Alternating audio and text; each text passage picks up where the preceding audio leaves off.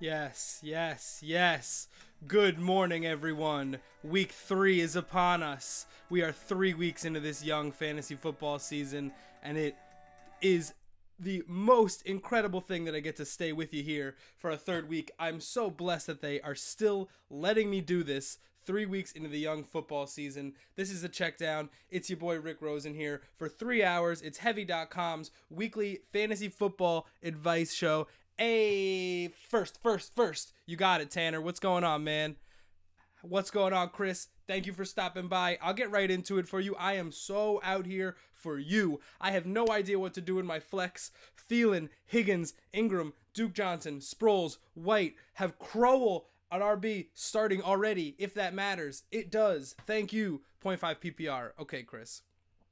We're going to set this right for you. So Thielen, we're going to nix him because we got Case Keenum in the background, and I actually just saw him warming up. This is live footage of Case Keenum warming up at home against Tampa. They got a great interior line, and Case, man, it's a young season. You can't be taking hits like that, man. You got to be hit. Case, man, you got good receivers. What are you doing, man? Why are you throwing to Laquan Treadwell so much? Diggs is so much better. No. Okay, so no Thielen. We're going to move on. Higgins, I like. So it's Higgins as my lead candidate here as I move through. Ingram has sneakily been an RB2 the first 2 weeks. It's really fun to dude on Ingram, but it's too fun. Duke Johnson working in the slot, inconsistent. Sproles, White, maybe in a PPR. 0.5, not enough to get me going. I think that whatever catches that White and a Johnson or a Sproles were going to pick up, Higgins is definitely going to pick those up and more. Higgins was getting a lot of work last week. Then Corey Coleman broke his hand. He's out for 2 months. And Higgins is one of these practice squad guys that shined in training camp. They didn't put him on the 53. Now they got some extra wiggle room. He can come up. And there we go. That's the guy. So I'm going to go with Higgins. Thank you so much, Chris. I hope you hang out because we got a great show here today, man. The Checkdown is out here once again. We're doing a really big Checkdown Studios week 3. We got a crazy show. Let's check the schedule. Wow. Right now, man, we all break it down today's show. But we got to talk about Thursday Night Football because it's crazy how fast the Rams turn around once you get rid of a certain mustachioed coach on your team. Things really come together quickly. Rams dropped 40 points in 2 of their 3 games this season, so we could talk about what type of fantasy expectations to move there and if there's a sell high situation there. Chris, man, thank you. Hope for hanging out. Tell 2 friends. They tell 2 friends. We could be friends, and we could do this every weekend. After we talk about Thursday Night Football, we can look at the injury report. Now that we're 3 weeks into the season, the injury report really starts to matter more. The stream's a little choppy. I wonder if there's a way that I can fix that for you guys. Now that we're getting into the 3rd week of the season and guys are consistently getting hurt, we can really start to pay attention to these injury updates starting earlier in the week. We can identify who's practicing and what we can learn from that.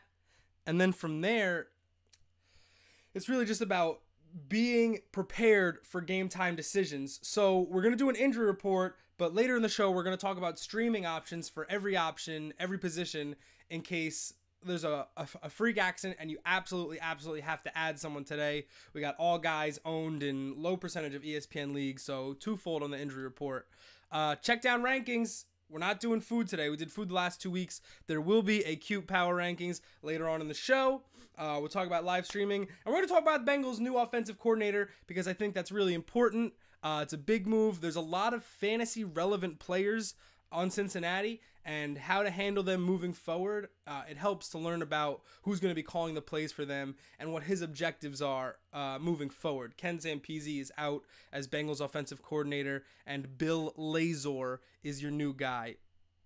So we're out here. Excuse me, Mr. Negativity. That's super disrespectful, dog. I could put users in timeout. I just found that out. Peace, dog.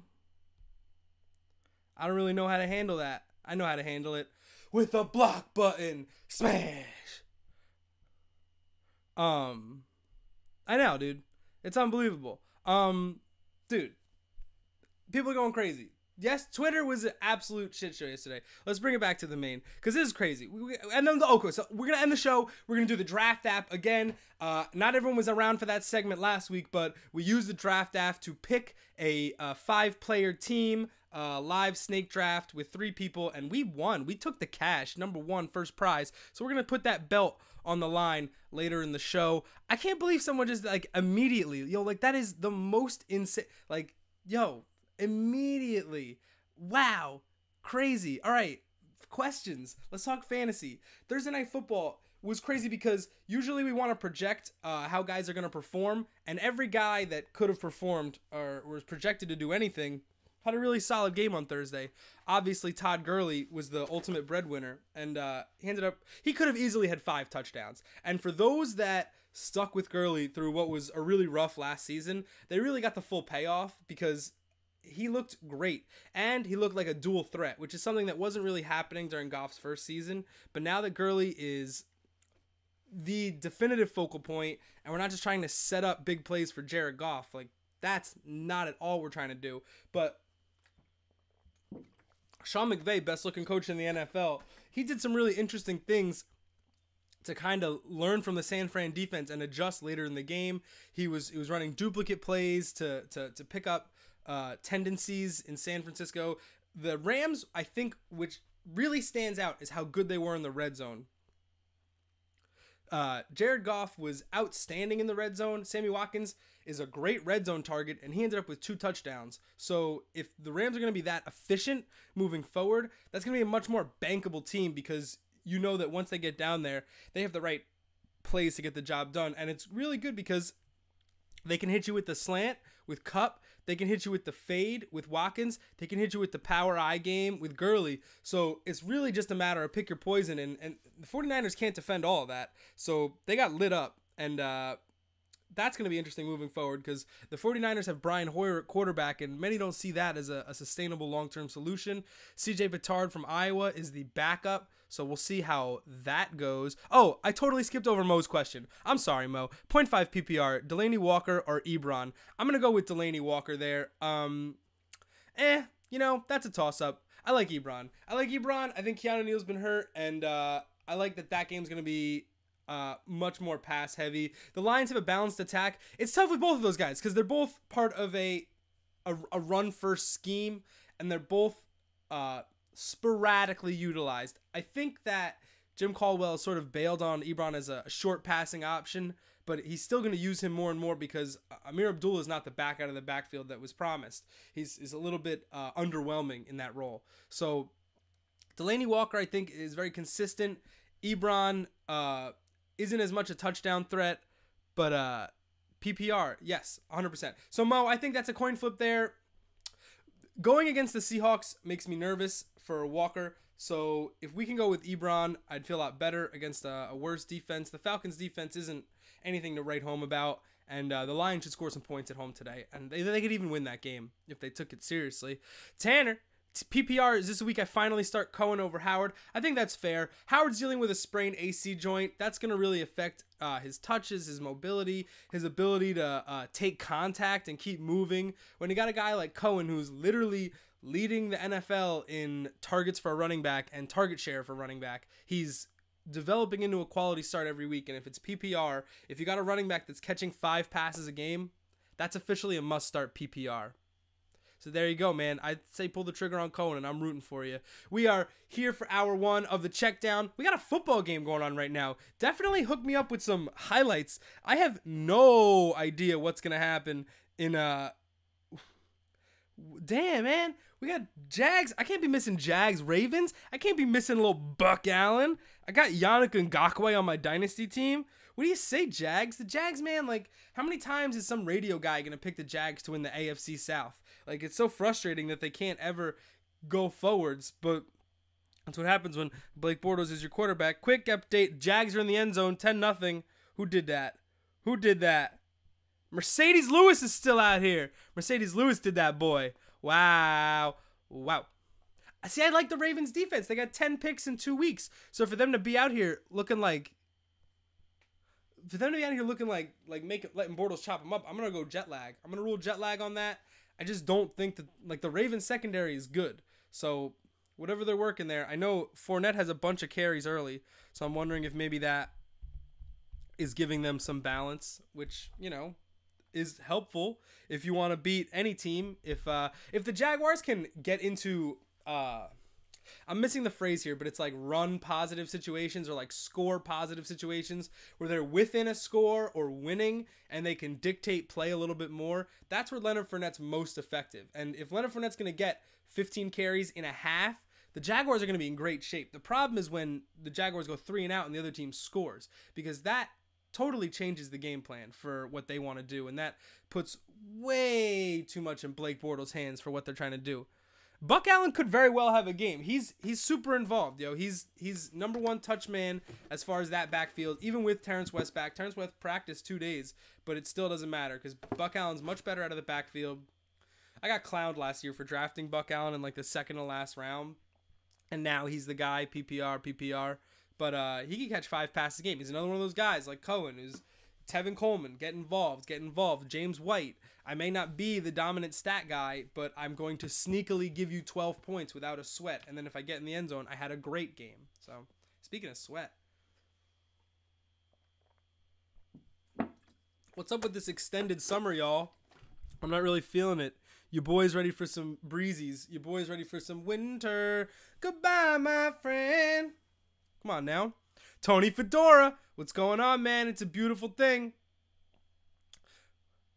Yeah, definitely give me Ravens, Jags updates as they come in. I am all about that update. That game's on Yahoo. That's unfortunate for Yahoo. Like, if you paid billions of dollars, heavy millions of dollars for an NFL game and they gave you Ravens, Jags, that is seeds and stems, man. That is just not fair. That is so funny. Flex PPR, Kelvin, Cohen, or Dalvin Cook. I love it. I really want Kelvin Benjamin to have this breakout game. He was a dude I'm really high on going into the season. He has had only one top 40 receiver game in his career against the Saints, so they've done a good job of taking him away from Cam. But the Saints are down a lot of defensive players, and this could be a good week for the Carolina offense, which really needs to break out. Cam is coming back from surgery. He's been missing throws, but once he gets right, they have a ton of weapons. I know Greg Olson's down. That's why I'm looking for guys like Benjamin, guys like Funchess to step up. And of course, if Christian McCaffrey doesn't score this week, I'm trading him. Come on, CMC. Do it for me. Do it for me. Let's check the chat. The NFL is only airing this game online because they sold it online only. So Tanner, I hope that works for you. I mean, I like Cohen. I like Kelvin getting into the end zone better. Cook, I don't necessarily like. I think the Buccaneers defense is good, and they weren't challenged last week. And the Vikings are going to be pretty one-dimensional this week. So I would lay off a Dalvin Cook this week unless you have to. All right. What's up, Tony Fedora? I see you now. 808 season. What's up, man? Come on. I know what I'm doing. I know my audience. Let's go, chat. What do you say? Yo, we got things to talk about. That guy, man, really knows how to start a show. We got a great show tonight. What's the deal with Larry Fitzgerald and Samaj Pirine? So here's the deal with Larry Fitzgerald and Samaj Pirine. Larry Fitzgerald is one of the only healthy wide receivers in that core. J.J. Nelson's banged up. John Brown is banged up. Jerron Brown's a little banged up. Samaj Pirine is out here in a Washington racial slur team that is all banged up. Chris Thompson's got bad ribs. He's going to play. Chris Thompson's got a bad back. He's going to play. Rob Kelly's got ribs. He's not going to. Of course, Rob Kelly's got ribs. Dude's got a full rack Memphis rub. He is not going to play, though. He's going to eat those ribs in the locker room. Or, man, I just want a player to eat ribs on the sideline. Is that too much? But that's the deal with those guys. That is where opportunity is right for fantasy scoring, because those guys are actually going to get significantly higher target share than they normally would in past weeks. Larry Fitzgerald doesn't get old. Larry Fitzgerald doesn't age. So if you got him out of value, all those names dropping. Granted, the Cardinals, took a lot of hits and they're down a couple of guys, but I think that they're going to be okay. The Cowboys defense isn't anything to brag home about. If Carson Palmer can get some time, I am worried without any other playmakers besides Fitzgerald, it's going to be kind of easy to take him out of the game, but he's a Hall of Famer. So if you got him, it's definitely a good time to start him. And Pirine, along the same lines, if you've got him, I think now's the time to start him. If you need him in a flex play, I think it's not the worst play ever. He's good. He's good.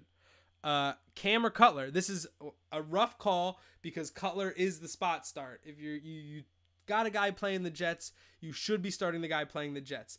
My only pause is with the Dolphins and their insanely high run rate. They run the ball more than any other team in the league. They're definitely going to be up 7-0 against the Jets, so they're going to immediately start running the ball. So once we get to that, then you're looking at, dictating the game, run, complete a third down with, some deep ball options, and you got to take what you can get. With Cam, we are at home. We're at the Saints defense that is legendarily bad and has been bad to start the season, carved up 2 weeks in a row. And if they made Sam Bradford look like that, man, Cam Newton should be able to do work. I think Cam's going to get at least two passing, 1 rushing today. I expect the Panthers to be fine, just fine. So I know it's a tough call, but just because of the second half, thank you, Tim. I appreciate it. Listen, affirmation is like 90% of the reason I'm here. I'm just to say I agree with your gut. Keep it moving, because that's a tough call. You want to play matchups. You want to get good. You want to play smart. You don't want to be, caught by surprise because you're playing the worst defense in the league. But I do think Cam will get 3 total touchdowns today. What's up, Jimmy Marrow? Thank you so much. I'm going to take Suhu's question first because I'm trying to go in order. I'm trying to be better at the order thing, even though, it's tough to keep track of. So should I go with Abdullah or Pirine? I already have Allen starting at my other RB spot. That, of course, is PPR determinant, but I would likely side Abdullah. He's been breaking off. He broke off a couple of really nice runs against the Giants. Granted, it was late, but he's clearly the guy over Riddick. They're clearly willing to give Abdullah the touches throughout the game. So I would go Abdullah over Pirine just because, so Chris Thompson is going to get starts today across fantasy football, but he really shouldn't. His touches don't really warrant it. He's explosive, so he's made the most of the touches he's got, but it's really not warranted. He's not getting a target share. He's not getting a lot of carries. He's not even getting a lot of snaps, but he's absolutely making the most of what he's doing, and that's obviously super important. We got a guy like Pirine. We don't know what Pirine's capable of with a similar load, a similar workload. So I think that we're fine going with Abdullah there against the Falcons, a bad defense. Even if they're dumping him out of the backfield, that's where you want to be the whole game. Yeah, Amir Abdullah, man, I can never pull the trigger on him, and I know one day he's just going to start breaking big runs, or not. So we'll be all right.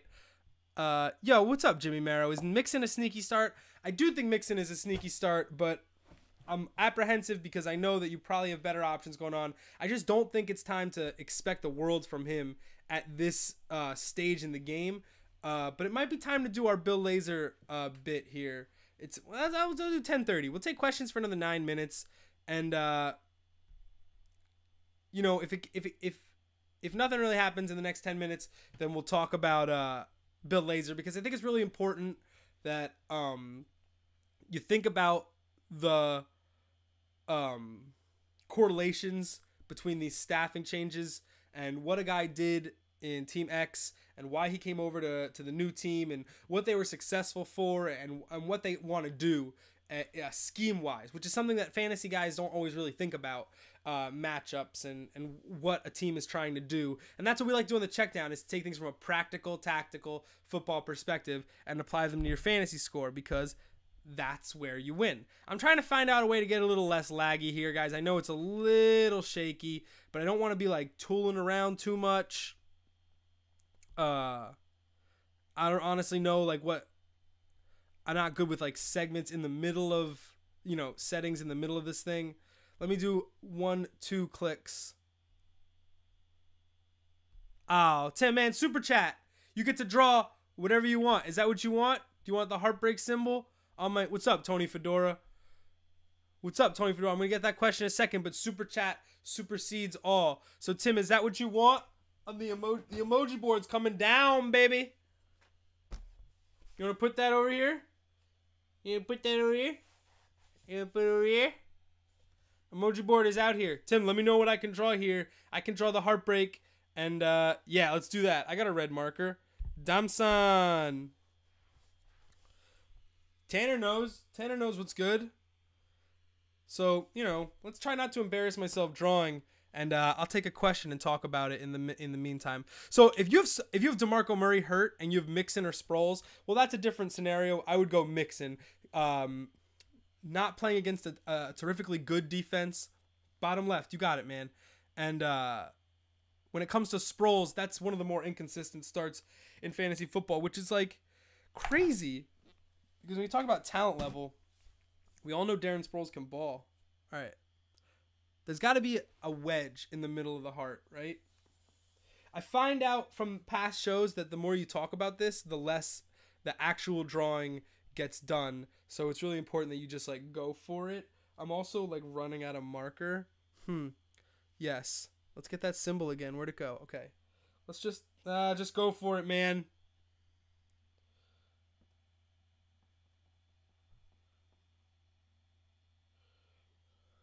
I'm working here.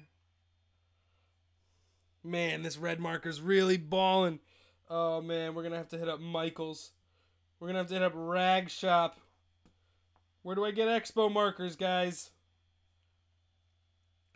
Wow, this is embarrassing. Okay, no, we're good. Ravens, Jags. 5 years of London games. 5 years of London games for the Jacksonville Jags. Congratulate them. They definitely don't deserve it. How about the owner? The owner kneeled today. I don't think we're going to talk too much about kneeling. That guy, man. That guy. He really did that. PPR League, pick 3. Suhu, give me a second because I got to do Tony Fedora's question that I said I would, and I skipped. Tony Fedora cannot go 0-3. Obviously, Tony Fedora doesn't go 0-3.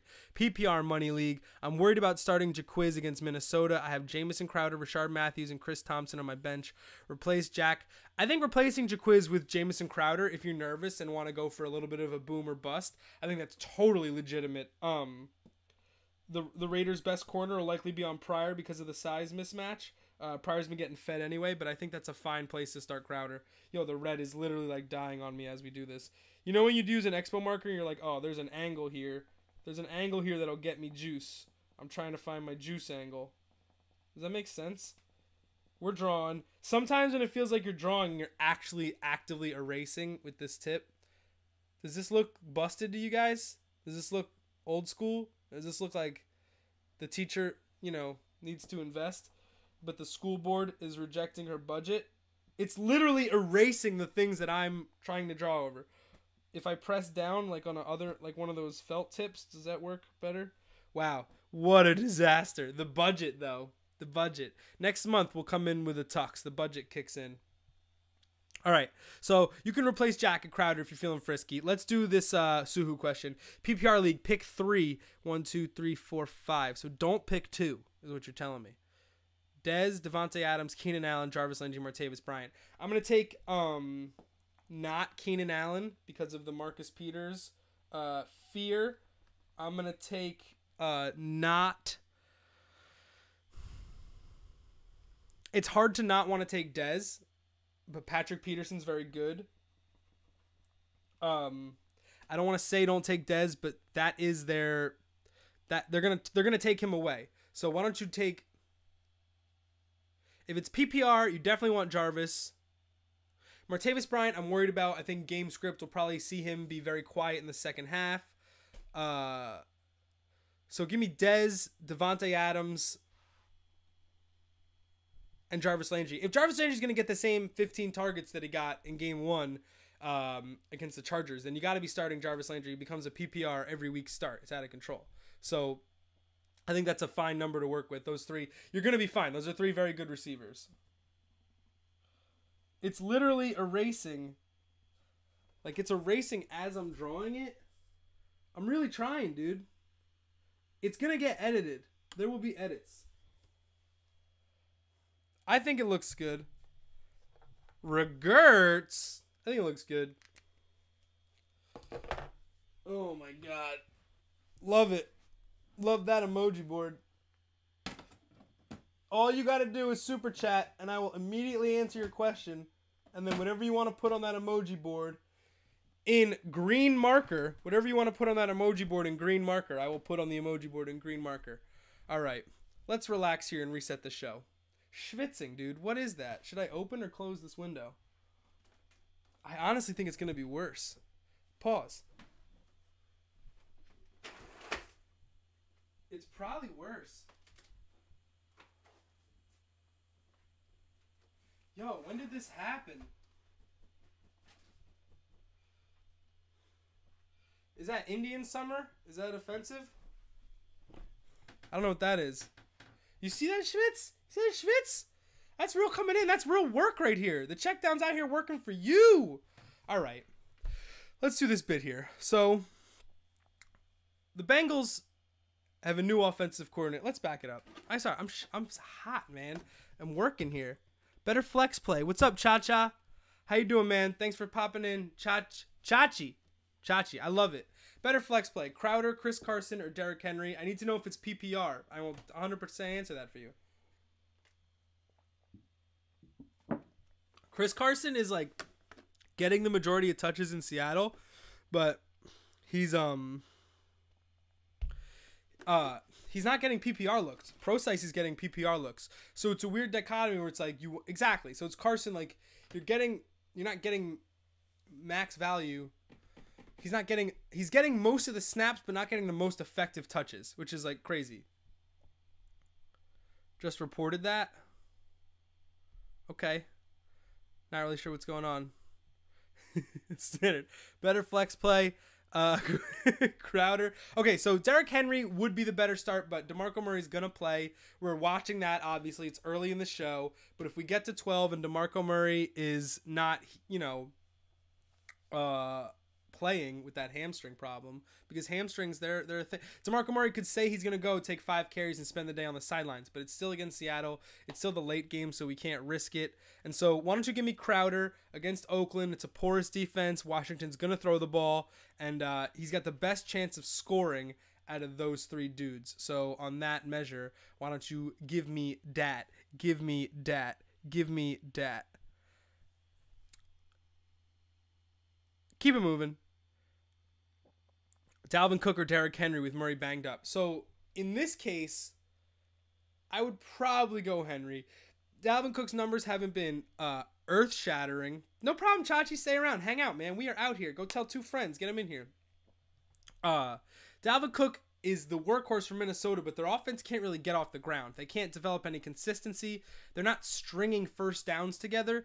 Dalvin Cook is best when he is wearing defenses down over the course of 4 quarters, and when the Vikings are punting 9 times a game, that's a relative impossibility just because of game script. So we're going to go with a guy like Derrick Henry, who does the most punishment with the least touches. You know what I'm saying? So even if Murray's out, like I said, Murray could be playing and then take 5 carries and he feels something stretch. It's a hammy, dude. It's so fickle. So why don't you give me Derrick Henry, give me the power game, and give me the short yardage against the Seattle run defense that did give up over 100 yards to San Fran in a competitive game last week. That game went up until the 4th quarter. It was up for grabs, and San Fran ran the whole time. Carlos Hyde had a very good game against that Seattle front. So not the worst pick. It's not always looking at a team from last year and remembering how good they were and getting afraid. The Seattle defense, we can poke holes in it. We just have to start reevaluating early and be prepared to readjust. That's the key to fantasy football, is identifying these trends that are different from last year, identifying them before they happen, and then pouncing on them and making the right adjustments and being prepared to bail off of your hot take. So let's do this. After there's a phone call.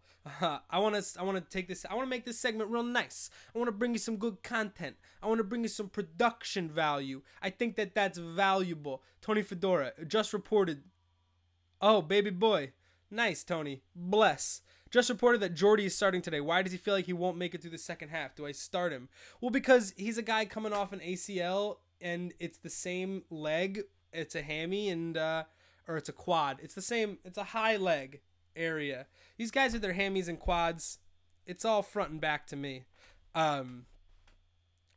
Jordy's a big weapon. Like it sucks if your first round pick is gonna ride Pine the whole second half. Obviously, Sunday Night Football was devastating for you, but if Jordy's gonna play, you gotta start your horses, man. First round picks, you gotta start your horses because the swing in value is just too much to ignore. You know, granted, if you take away his touchdown in week 1, he's not looking at much production through 2 weeks, but the Packers are the Packers, and they're gonna be scoring, and the Bengals are not gonna lock down Aaron Rodgers today. So I actually have Rodgers as my best start. Here it comes across the scroll. There it goes. Woo! How about it? I love the scroll. Let me know if there's anything that you want to add to the scroll, and I'll add it to the scroll. There it goes. All right. So yeah, if he doesn't make it to the second half, there's nothing you could do about it. Hopefully he scores in the first half. But you got to ride with it because that's your best player. What's going on, Sue? Can't hear anything else. I can't hear anything. Anyone else having that problem? Well, you know, that would be terrible for me. I'm working on you, man. Let's see. Oh, never mind. All good. Woo! Panic attack. Okay, let's do content. Make sure we're all set up here. Dude, I like doing real fun stuff with you guys. So buckle up because this is going to be real content. All right. Whoa. Scene. So the Bengals made a major move after week 2. They fired offensive coordinator Ken Zampese. Why? Because they didn't score a touchdown through their first 2 games. And that means they had to make a change. They made a change at their OC, their play calling, their quarterback play they felt was insufficient. And now they're making a move. And they're making a move to offensive coordinator Bill Lazor. And Bill Lazor is he's a good guy. He's got a good football background. And he's been around for a while. So in true Heavy.com fashion, we're going to look at Bill Lazor and what he's done in Heavy.com, 5 fast facts you need to know. Because that's the heavy way, man. That's what we do here. That's what Heavy.com brings the podcast to you. And this is what it looks like when you go to Heavy.com. So let's get some facts. Let's keep it real. Let's talk about stuff. First comes to first. So this is Bill Lazor's first pick, right? Lazor fact number 1, he played quarterback at Cornell. I don't know if that's super relevant, but it helps to know that these guys, he never even played the game. He played the game. He played at a high level. He's an Ivy League grad. He's a smart guy. If he looks like one or not my call. But he is a smart guy, so he's got that going for him too. Fact number 2, Bill Lazor fact. He was the QB coach for the Eagles under Chip Kelly. So everyone has a breakthrough job in the NFL, and that was Lazor's. He was Chip Kelly's QB coach when he went from in the Vic season and then the Nick Foles season when Nick Foles threw 7 touchdowns. So he basically got Nick Foles his career because he threw 7 TDs in Philly and then he parlayed that into the rest of his life and never had to work again. So props to Nick Foles. Third fact for Bill Lazor. He served 1.5 seasons as Dolphins offensive coordinator. Now, the 1 season matters. The 0.5 matters even more because Lazor had a lot of success early on in Miami, and he was rewarded for it, or rather, others were. And then once that success started to fade, it faded really quickly, and people started to turn on him quickly. So what happened was Lazor moved to a lateral passing game, and it really worked out for Ryan Tannehill. In Lazor's first year in Miami, Tannehill completed over 60% of his passes, had by far his best year as a pro, and was rewarded with a giant contract extension. And it's now one that the Dolphins are looking at until 2020. So Tannehill has a great season with Lazor, signs a massive extension, and then immediately starts to suck it up again. Why? Because Lazor has a big problem with balance. Let's take a look at some of these tweets because I wanted to look back and say, why were people so frustrated with Bill Lazor the first time around? Because I was covering the Dolphins a little bit when he got booted there. They were going through a full coaching regime change mid-season. I don't even remember. Philbin was out and they brought in former tight end Dan Campbell. So there's some tweets here. So this is from, again, this is 2014 tweets. Bill Lazor being abrasive isn't news, but the fact that Dolphins are realizing this early his tenure is hilarious. Chip made him. So he's not really a friendly guy. He's not good with press. That's fine. We can all deal with that, right? That's not like the biggest deal. But it's worth noting. It's worth noting when things go wrong. I forgot what changes. There it is. Ha, Z. Okay, so Bill Lazor used Landry and a run game to get some balance for Tannehill and free him up. And so they were moving the ball, but they weren't 100% productive. Quarters worth of... I'm getting you, man. Bill Lazor's offense is based on horizontal routes. Why is everyone hung up the fact that the Dolphins need a speedy deep threat? This is when they were trying to get Devontae Parker into the fold. He's in his third season now. He's expected to break out. But the whole talk is that Jarvis Landry is not a number one, and that Parker's supposed to be the big play guy that they need to really stretch the field, because that was a big problem. The other big problem was the running game. Bill Lazor abandoned the running game, and that's why he really got ran out of town, because the Dolphins had a guy named Lamar Miller who they really liked and who didn't see enough touches throughout his tenure in Miami. So Bill Lazor's first game as OC, 33 runs, 33 dropbacks, 4 games into his second season, into the season, 65 runs, 171 dropbacks. So he totally abandoned the run game in favor of the short horizontal passing game. And for a time, it worked. But for a time, people caught up to him. And then for a time, he was without a job. So Lazor did all right for himself in his few seasons in Miami, but ultimately it was his downfall. And now he's got to fix the Bengals, who were sneaky bad on offense last season. They had the playmakers. They also had a ton of injuries. AJ Green was hurt. Gio Bernard was hurt. But the Bengals still only managed to score 2 fourth quarter touchdowns in all of 2016. It's really bad, y'all. That's really bad. 2 fourth quarter touchdowns in 16 games. That's really bad. So I think that Lazor's got to find a way to get balance in his team. And the most important thing he's going to have to do is manage his 3-headed rushing game. Now, it's important to note that Lazor has never used a 3 running back scheme in his coaching career. He's always had 1 back or 2 backs. But not a lot of coaches are familiar with the 3-back scheme.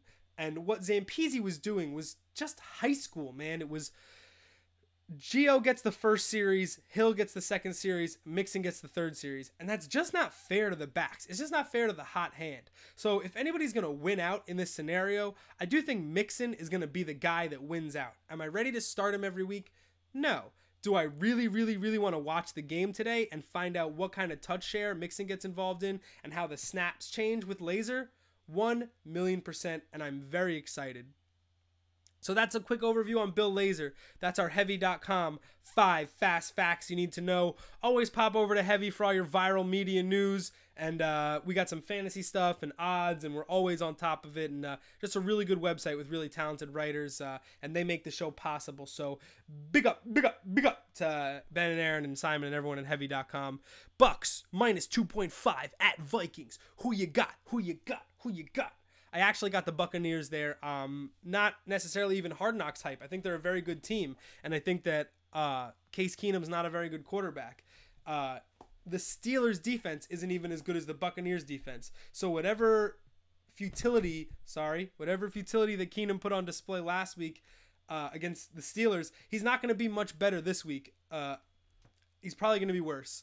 And the Bucs held Chicago to 20 rushing yards, and that was in a blowout win in their first game. Remember, this is only their second game, and their first game was a blowout. So they're hungry for some competitive football, but I think they're going to be just fine. They have a very explosive offense, and Xavier Rhodes is a very good corner. He's going to be on Mike Evans. Trey Wayans is the second corner. He's not as good, and he's going to be on Deshaun Jackson. So I am firing off on all my shares of Deshaun Jackson this week. If you've got him, start him. I expect a long touchdown from D-Jax, and Jeremy Maclin has a concussion. That's it. That's the update. That's the end of that one. So I do think the Bucs is a good pick. I have the Bucs. I took the money line just because 2.5 is dumb. I don't want to get screwed over by a half point. I almost got screwed over by a half point on Penn State last night. Ooh, that was a crazy ending. Walk-offs, man. Walk-offs at Iowa. Nothing like it. College football. Pretty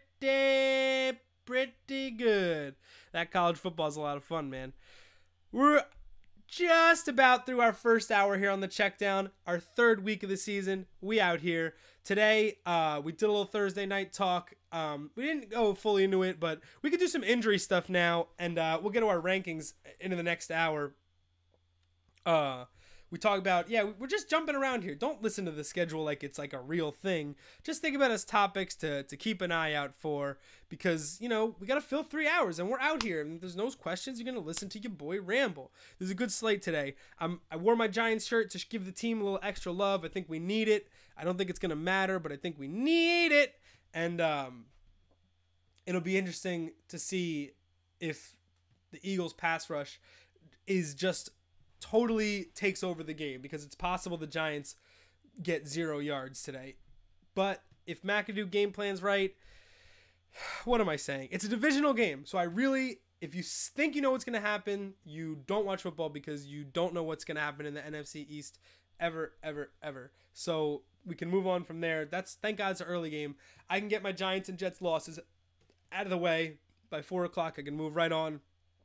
Watch some Bill Lazor, watch some Major Lazor, and take that into my night, and watch WWE, because who cares about the racial slurs? I don't need to watch Sunday Night Football. I'm gonna have won all my fantasy leagues. Your boy, the Checkdown, went 6-0 in 6 fantasy leagues on Sunday. I'm not saying it, I'm just saying it. Like, we're really, really out here. I was trying to get gratuitous screenshots up on Twitter, but I just couldn't bring myself to de-humble myself.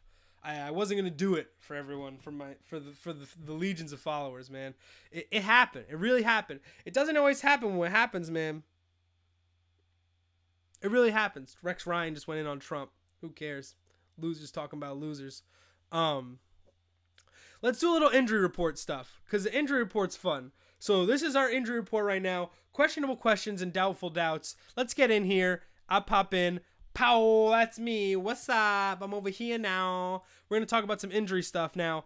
What I like is when I'm making the show, Adam Schefter rips off like a bunch of injury updates at like 2 a.m. So here are those, and we go through them real quick, because there's a lot of fantasy relevance on here. And DeMarco Murray, more than likely to play. That's the big one. And that's a hammy though, so that could flare up, and then it becomes Derrick Henry time. So I still think it could be Derrick Henry time. Jordy Nelson, we've already got a question about him today. I'm more worried about Randall Cobb. If you drafted Jordy, you got to play your Jordy. That's your stud, man. Melvin Gordon, I expect him to play. Not a great matchup, but unless something crazy happens with his knee, he's going to be fine. He's their workhorse. He's a sole backfield toter. Jordan Reed, take him out of your lineup. I don't draft him, because this is why. 3 weeks in, and he's a game-time decision. Who can live with that? It's tough. Rob Kelly, ribs, full rack, Memphis rub, slaw, waffle fries. Cam Newton's going to play. Cam Newton's going to start. Cam Newton's going to shred. Okay, so that's just a sample. We got like a handful of other injuries that we got to talk about and worry about. So for that, I'm going to do this. I'm going to get some injuries. Whoops. Put the rest of the injuries here. Move myself over here. And put you guys over here. What's up, gang? Can the Saints get their first win today? Of course the Saints can get their first win today. The problem is that the Saints have to play defense to get their first win today. And the Saints have to get a pass rush to get their first win today. And that's been their biggest issue, is they let Tom Brady do whatever they want and pick them apart. And you're going to got 10 times out of 10. Possibly 11 times out of 10. So when you're not pressuring Sam Bradford and Tom Brady, you're getting sliced and diced. You're not doing well with the run game. And honestly, the offense hasn't looked good. Michael Thomas has not looked good. Michael Thomas has become a sell-high candidate for me. And he, I picked up a lot of Ted Ginn shares, because I thought, Snead's going to come out and Ginn's going to be the guy for a couple weeks. The whole offense has looked bad. They have balance issues, but not in the way you'd think. You'd think that their receivers would be more viable than their running backs, but it's kind of the other way around right now, because Kamara's got pretty good PPR value and Ingram's getting fair amount of touches. But what's really happening is Brandon Coleman's catching touchdowns and Kobe Fleener's catching touchdowns, and Michael Thomas just isn't the stud that we want him to be. So when that happens, you're really shorthanded if you drafted him early, because he's not playing winning football. And the good news is the Saints have been behind in every game, and they've been having to throw, and Drew Brees is doing Drew Brees things. But at the same time, it's rough, man. It's rough watching the Saints because you know they could uncork it at any time, man. Whoa, whoa, whoa. We got an Andrew Luck update. Whoa. Rap sheet dropping bombs. Nothing that's happened with Andrew Luck has given anyone any doubt that he plays. Oh, Rappaport. Keep an eye on week 6 against the Titans. Week 6, man. Who's got time for that? Who's got time for 6 weeks of sitting Andrew Luck? I can't go 0-5. And then I'm going to start him against the Titans. And that nasty front four. Get out of here with that. Do you like this? Let me know if you like this setup. Questionable questions, doubtful doubts. This is our injury report. We do it when we got to look at injuries. These are the other guys we're watching. So J.J. Nelson, that's a Monday nighter. There's nothing much we could do about that. Randall Cobb, that's a chest injury. He's doubtful. That makes me nervous. That's why I've pumped up Adams in a couple questions today. Terrence West is going to play. He practiced, but he's going to get out-touched by Allen, especially as a receiver. Amendola and Hogan, I think they're the same guy, and I think they're both going to play. Devontae Parker's the big one because he's a game-time decision with the ankle, and he's a must-start if he can go because he's a big play threat, and the Jets love giving up touchdowns. They thrive on it. And Jimmy Graham, I don't think that's a good start. Even if he's on a bum ankle, when he's hobbled, when he's not playing 100%, he's not putting up 100% of the points that he could. So I think that we're fine in that aspect. And moving forward, I think that we keep an eye on these guys, and noon rolls around, and we take a second look, and it'll be okay. Woo! Checking it down, baby. Big day. A lot of early games, and you got this early football game, and then it's tough to get everybody coming in asking questions because everyone's really got to have their lineup set by 9:30. You know, I'm not drafting a lot of Jaguars, but I still understand the need, you know. So it makes things tough to fill it up. But we're out here. We got fun power rankings in just a little bit. I'm taking any and all questions. If it's not about football, I don't care. I want all the questions. I had a couple jokes in that last segment. They didn't work. Not because I didn't deliver them. Technically, they were visual gags. I don't want to talk about it. But if you ask, I'll talk about it. We added to the emoji board today. We added a heartbreak. It's beautiful. Thank God. Prop to Tim Akins. Keeping the emoji board fresh, updated every week. Woo! I like going through some of these games today and figuring out what we got to see. I do think the most important game today for fantasy relevance is Bengals Packers, because the Packers, we saw what we know what they're capable of, but they didn't fully hit their stride against the Falcons until it was too late. And that's become somewhat of a problem for them, and they've been slow starters in the past. And then, you know, they ran the table last year, but only because Aaron Rodgers said they would. You don't really know if that was real or what kind of changes that they made. I mean, Ty Montgomery's very startable, but outside of that, the wide receivers are really iffy. Martellus Bennett's not super startable, so that's just one of those teams. And that team was in the NFC Championship. Look at the other sideline, and it's like, dude, the Bengals got tons of talent. The fact that nobody starts a Bengals number 2 receiver is crazy because they throw the ball a lot. And Tyler Boyd should be getting way more involved, but he's just not. So A.J. Green is still that dude. I think this could be a very big week for A.J. Green, right as people start to involve him in some trades because of how bad the Bengals have been the first 2 weeks. I think it's important to get past that and now to look at the Lazor hiring and say, okay, well, this is something we can work with and something that I'm willing to look ahead for the next couple of weeks, the rest of the season, and unlike that. Remember, the Bengals schedule gets easier, man. The Bengals play the Browns twice. There's no discounting that. That has value in the schedule. So when you look at the schedule, there's important things going on. What's going on, Dan? Let's get a question out here. Dude, I don't know why. I'm schwitzing, man. I hope you guys are okay wherever you are and not overheating because your boy's struggling. All right, DeMarco, Abdullah, Duke Johnson, pick one, half PPR. I like this one. Abdullah, we've been talking about him. That's going to be a high-scoring affair today, so I like him. Stand out. If I got to pick one. What's going on, Onion Head? Good coaches win games. Great coaches, best spreads. Yeah, man. I like whatever you just said, man. Thanks for coming in. DeMarco, Abdullah, Duke Johnson, pick one, half-point PPR. I'm going to go with Abdullah because he's the healthiest and most active of the three. I can rule that DeMarco is the least healthiest. I can rule that Duke is the least active. And from those metrics, give me the AA battery. He keeps going, going, going. New game free. Yo, we wouldn't be the Checkdown without a shameless plug from Mafia Addict. Thanks for coming in the chat. I wonder if I can block you. That is, I don't know how this guy gets into all the live streams and just pastes his stuff. Dude, right? He's incredible. Mafia Addict. Wow. What a guy. He's back. He's on his grind. This is Sunday morning. Go to church, Mafia Addict. Do something, man.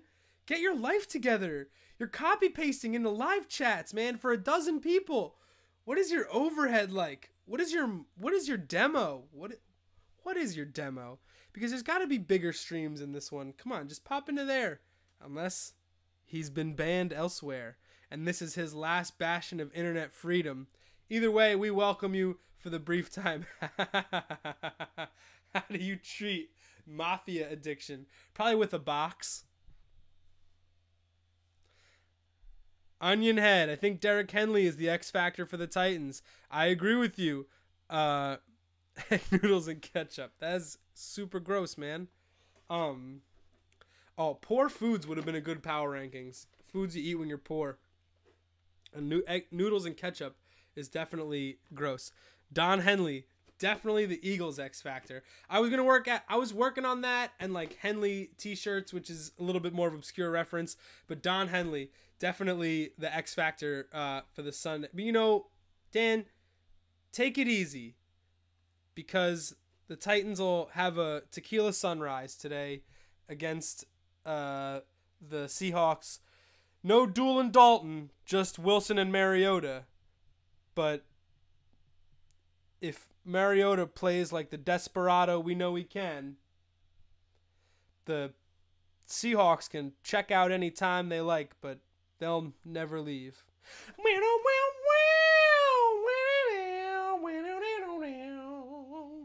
I thought that was... I got like 5 or 6 of them in there, man. There's not much better I can do. Everybody... Okay, man, do not stop. The solo or the puns, man. Oh, man. Because when you're living life in the fast lane, you could go either way, honestly. Mariota MVP. No, dude, he's a desperado, man. He's real. And honestly, if he has one of these nights, anything is possible. So, you know, here's hoping Derrick Henley, if he gets all the touches, he can take it to the limit, and the Titans will be in really good shape. I think that's 7. I'm got to be missing one. I'm missing an obvious one, right? Nuck. Wow, the haters, man. This is unbelievable. If you name your favorite Eagles song, I could do. I'm missing. Got to be missing one Eagles song, right? That's like really big. Oh man. 9. Wow. 9. Oh wow. We got Desperado. We got Life in the Fast Lane. We did Hotel California. We did Tequila Sunrise.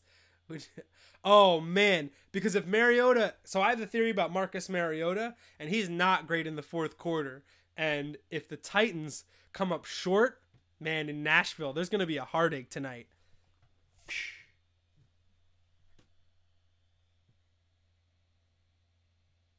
That's 10. Let's see if I can get this. Wait, I actually have this. Hold on. Can I physically just get this in here? Browser source. I'm literally changing this on the fly right now. I hope this just drops over the whole... It is. Nice. Okay. Nope. This isn't working. It's not working. It's not working. I'm going to get this to work. Yep. It's going to work.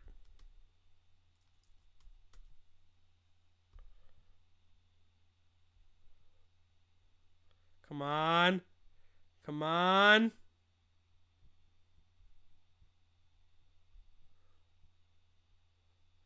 Yeah. I think this is working.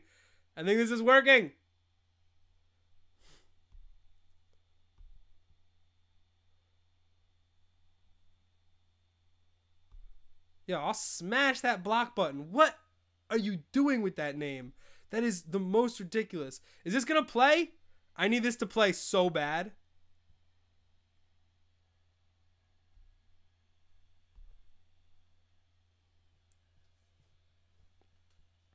Please tell me this is playing. Yes.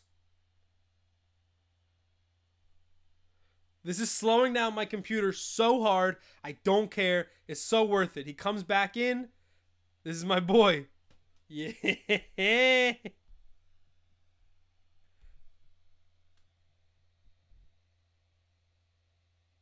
I can't believe, dude. Shouldn't have spent all day going at trolls on Twitter yesterday. Playing but slowly. Yeah, no, I should. There's no way to download it. I'm playing it through the browser. Shoot your shot out here. We're shooting our shot out here. I should have just kept naming Eagles songs, honestly. I was on a big roll there. Man, I was burning through albums. As long as the reference gets through.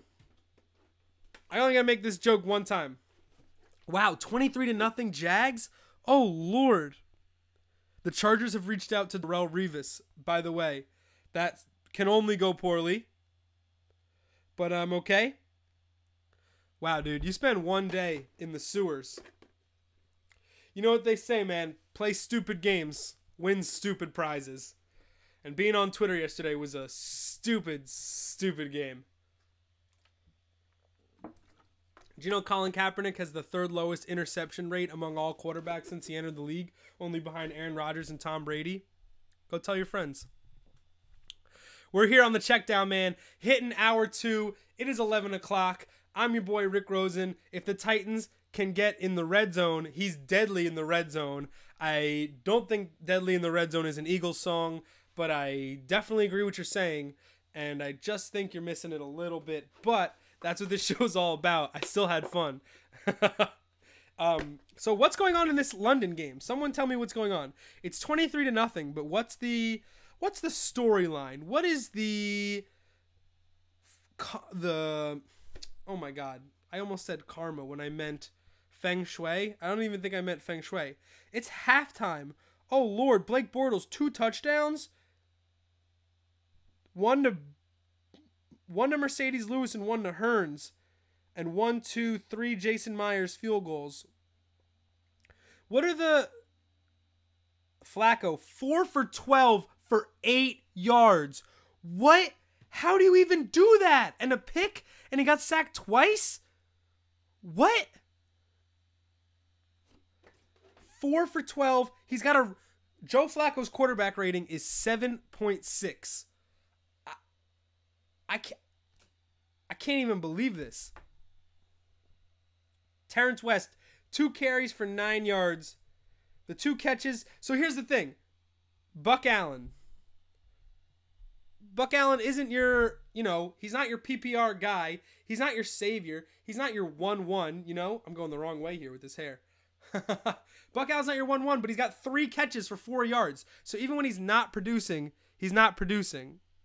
More punts than completions. Yo, that is crazy. That is insane. So 3 catches for 4 yards. So at least he's scoring, man. That is so dumb. I can't believe that. Hopefully they come out in the second half and score a couple points just for their own sake. But that's rough for Ravens defense. I think I'm streaming Ravens defense in some league. What's up, Armo? Armo, live from the Jet game. Thank you so much for popping in the show. I super appreciate it. Dude, don't even worry about it. Fire away. We didn't do rankings yet. We're hanging out. I'm trying to ice up. Trying to ice up for these rankings. I have a Arizona that I really want to get. I might call commercial. Yaz and G. What's up, John? What's up, Yaz? YG. Not a bad rapper. I like that. And KG. That's a squad. Squad up. I love it. I hate going to break as you guys all pop in. But your boy's schwitzing, yo. It's like 90 degrees right now. I don't know what's going on there. Today's been an interesting first hour. We've had to block some people. That's never happened before. And overall, it's an NFL Sunday unlike any other. So we've talked about that as little as possible. And yeah, sweating. I'm going to go take care of this. I'm actually going to take the first break in Checkdown history. So this is going to be 2 minutes of me walking away to compose myself. I'm going to set you up with an interview with Gronk. 2 minutes. This is embarrassing. Take care of your life. Get yourself right. I'll be right back. Rob, what's going on? Thank you so much for being on my show, The Checkdown. You're the first ever player to come on my show. How does it feel, first of all? That feels special, man. It's awesome, man. I'm glad I get to be the first player ever. That's awesome. I'm super grateful. Why don't you talk about real quick what you're doing with Tide? I'm doing a little special with Tide. I mean, it goes along great because they're coming out. They came out with the Tide Sport Pods, and you know that, like, you know, amateur athletes can stink just like professional athletes. I mean, it's not just us who are always stinky after games. Amateur athletes, I remember growing up as a kid, I was always smelly after games. And just the way to just get that stink out of you, get that smell of you, you can use the Tide Sport Pods, and they're just awesome. I mean, it'll take out the odor out of any athlete's gear, and it's just awesome. And I did a couple commercials too, and they're coming out next week, and I'm dressed as a kid with pigtails on, as like a little girl, and just showing that I stink just as much as a little girl, and the mother comes in and just smells us. So it's pretty classic and pretty funny. Do you like? I sweat a lot too. Do you like your smell? Are you a fan of your own stink? Oh man, sometimes, but sometimes no. Like when it gets too overboard. I mean, that's when you gotta throw your stuff right into the laundry, right into the laundry, and get that stuff cleaned. And I mean, what better way to do it with Tide? Because I mean, it's America's #1 detergent for a reason. So, but I mean, sometimes I just think too much. I gotta hop right in the shower right away. Like that's my goal after like some of the games, is get in the shower right away, man. But is there a competitive advantage to being smelly? Does it give you an edge? Get you some separation? It could. I mean, you gotta really stink out there if it's giving you a competitive edge in separation on the field. I need Tide when I work out, and when I'm not working out, I'm always dropping food on myself. What's one food that you hate that everybody likes? That's true. That is true that I'm always dropping food on myself. No, me. You. One food that I hate that everyone likes. I go with like hot peppers. Yeah, no hot peppers for you? Super hot sauce. No hot peppers for me, but people love that. Are you a mild salsa, mild wings, or you just don't even touch them? Yeah, exactly. I'm a mild. And we're back. Dude, that's rough, man. Yeah, blocking people, I'm playing defense, man. Absolutely. So, when in doubt on the Checkdown, man, you set a commercial break, you plug your interview with Gronk, you come back, you turn your mic all the way up, you reach for a cold one, #1 in the power rankings. Happy Sunday to you. Boy, do I feel better. Oh my goodness. Lord have mercy, I do not stand in the heat. One day I'll tell you guys about the legend of Sweaty Freddy.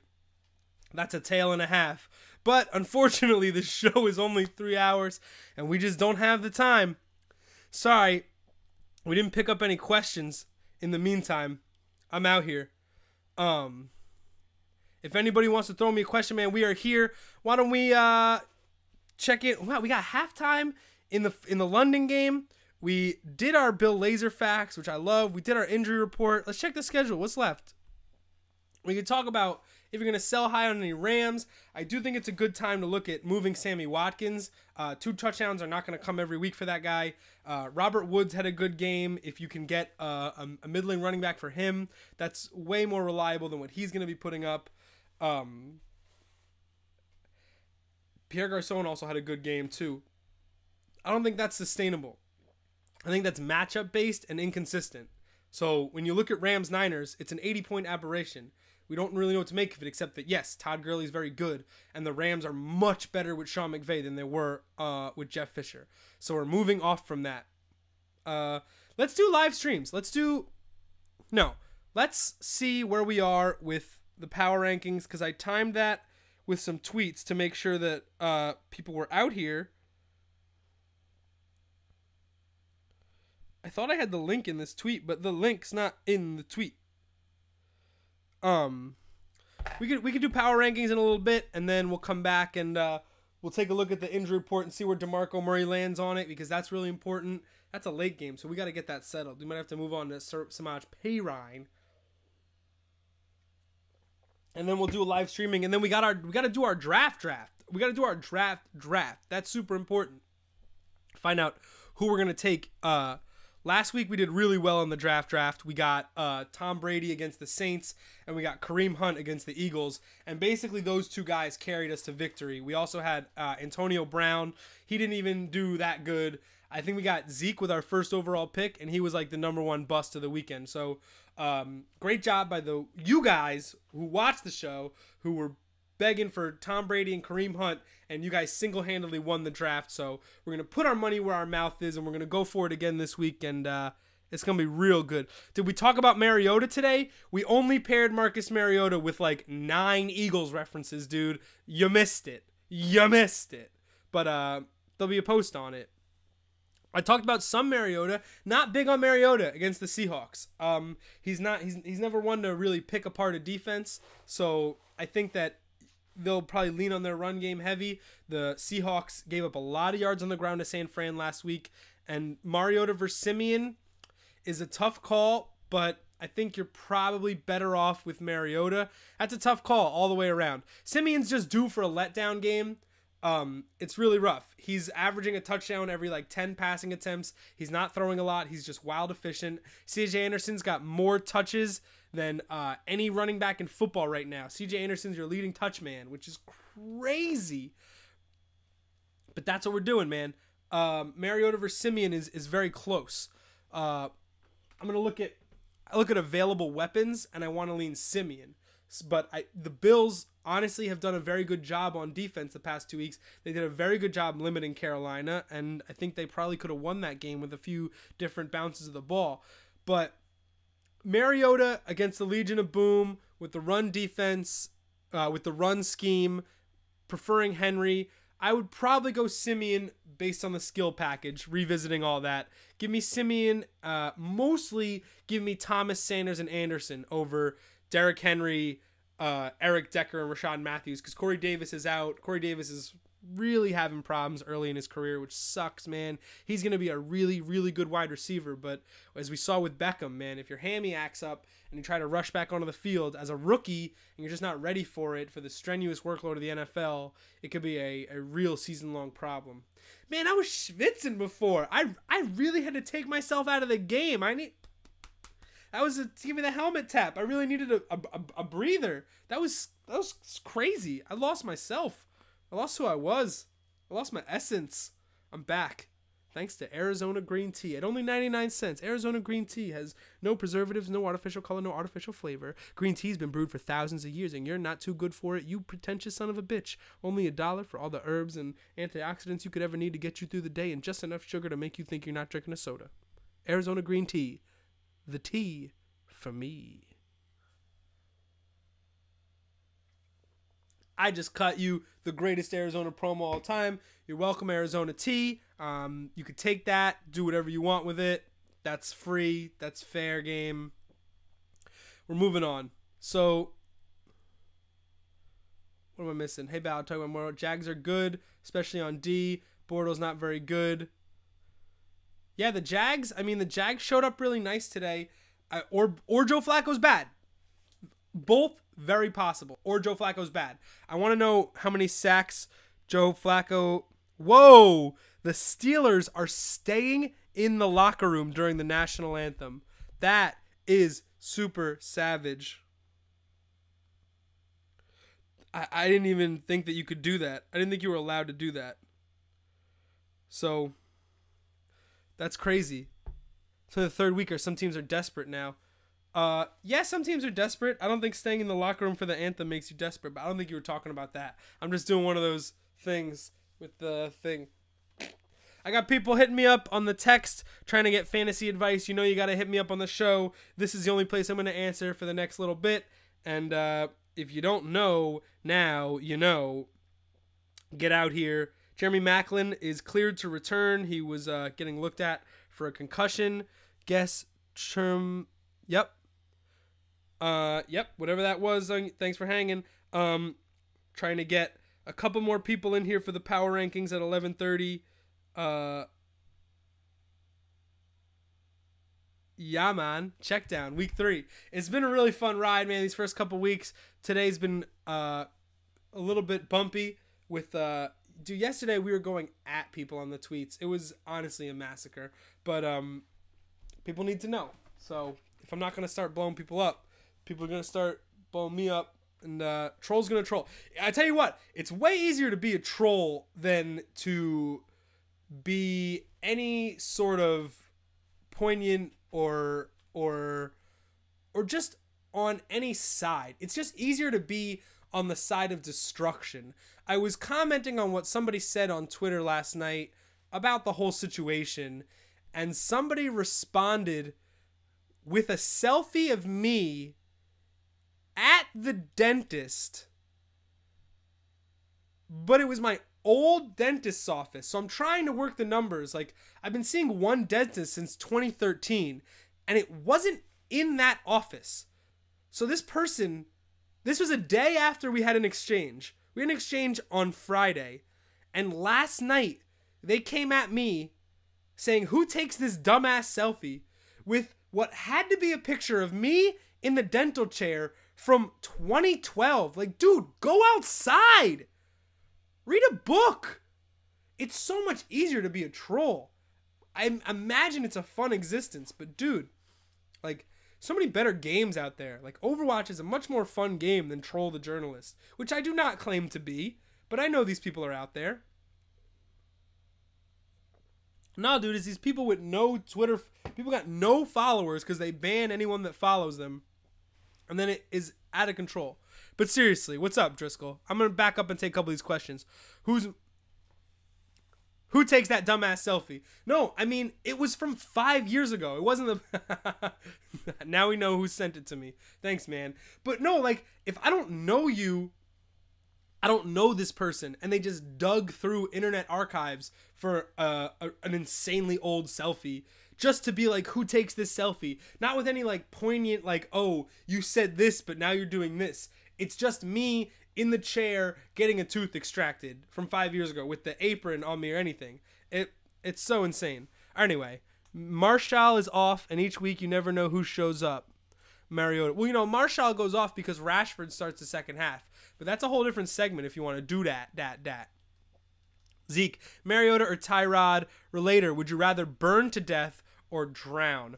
Really, really strong question, Zeke. I wish everybody else could take a little tip here and ask some of these bomb-ass questions. I'm going to do that one, and then I'm going to do the who's most disappointing in New York. So, Mariota is really tough to place, but Tyrod is probably the hardest. He's got the least completions to wide receivers of any quarterback in football right now. Charles Clay and LaShawn McCoy are the two leading targeted pass catchers in that offense. But Tyrod Taylor has made up for it with rushing yards. Now, nobody has, since he's become a starter, nobody's had less games of at least 200 passing yards than Tyrod Taylor. He's the worst stat accumulator in terms of passing yards of any quarterback in the league, where he makes up his ground on rushing yards, and he needs to get rushing yards to be fantasy relevant. And when he does get them, he is. But I don't think this is the week. I think Denver's defense is back. I think getting TJ Ward is a much bigger deal than people are making. Having that level of safety out there really, really, really anchors down the back of that Broncos defense and makes the corners that much more confident and makes the linebackers that much more reckless because they know they get help behind. They can be more aggressive. And I think it's very interesting how one or two guys can totally change the way we perceive a unit. Oh, $10 super chat for predicting Bears Pitt. Well, you know, I don't get anything from you super chatting. You just get your question immediately answered and you're drawing on the emoji board. It doesn't do anything for me. Denver defense is strong, so I would definitely go Mariota over Tyrod. I don't really like that decision. I think if we go to waivers, we'll probably find Jay Cutler on waivers if those are your two options at quarterback. So, I mean, that would be cool. I'd much rather start Cutler than Mariota or Tyrod this week. That's how bad I think their situation is.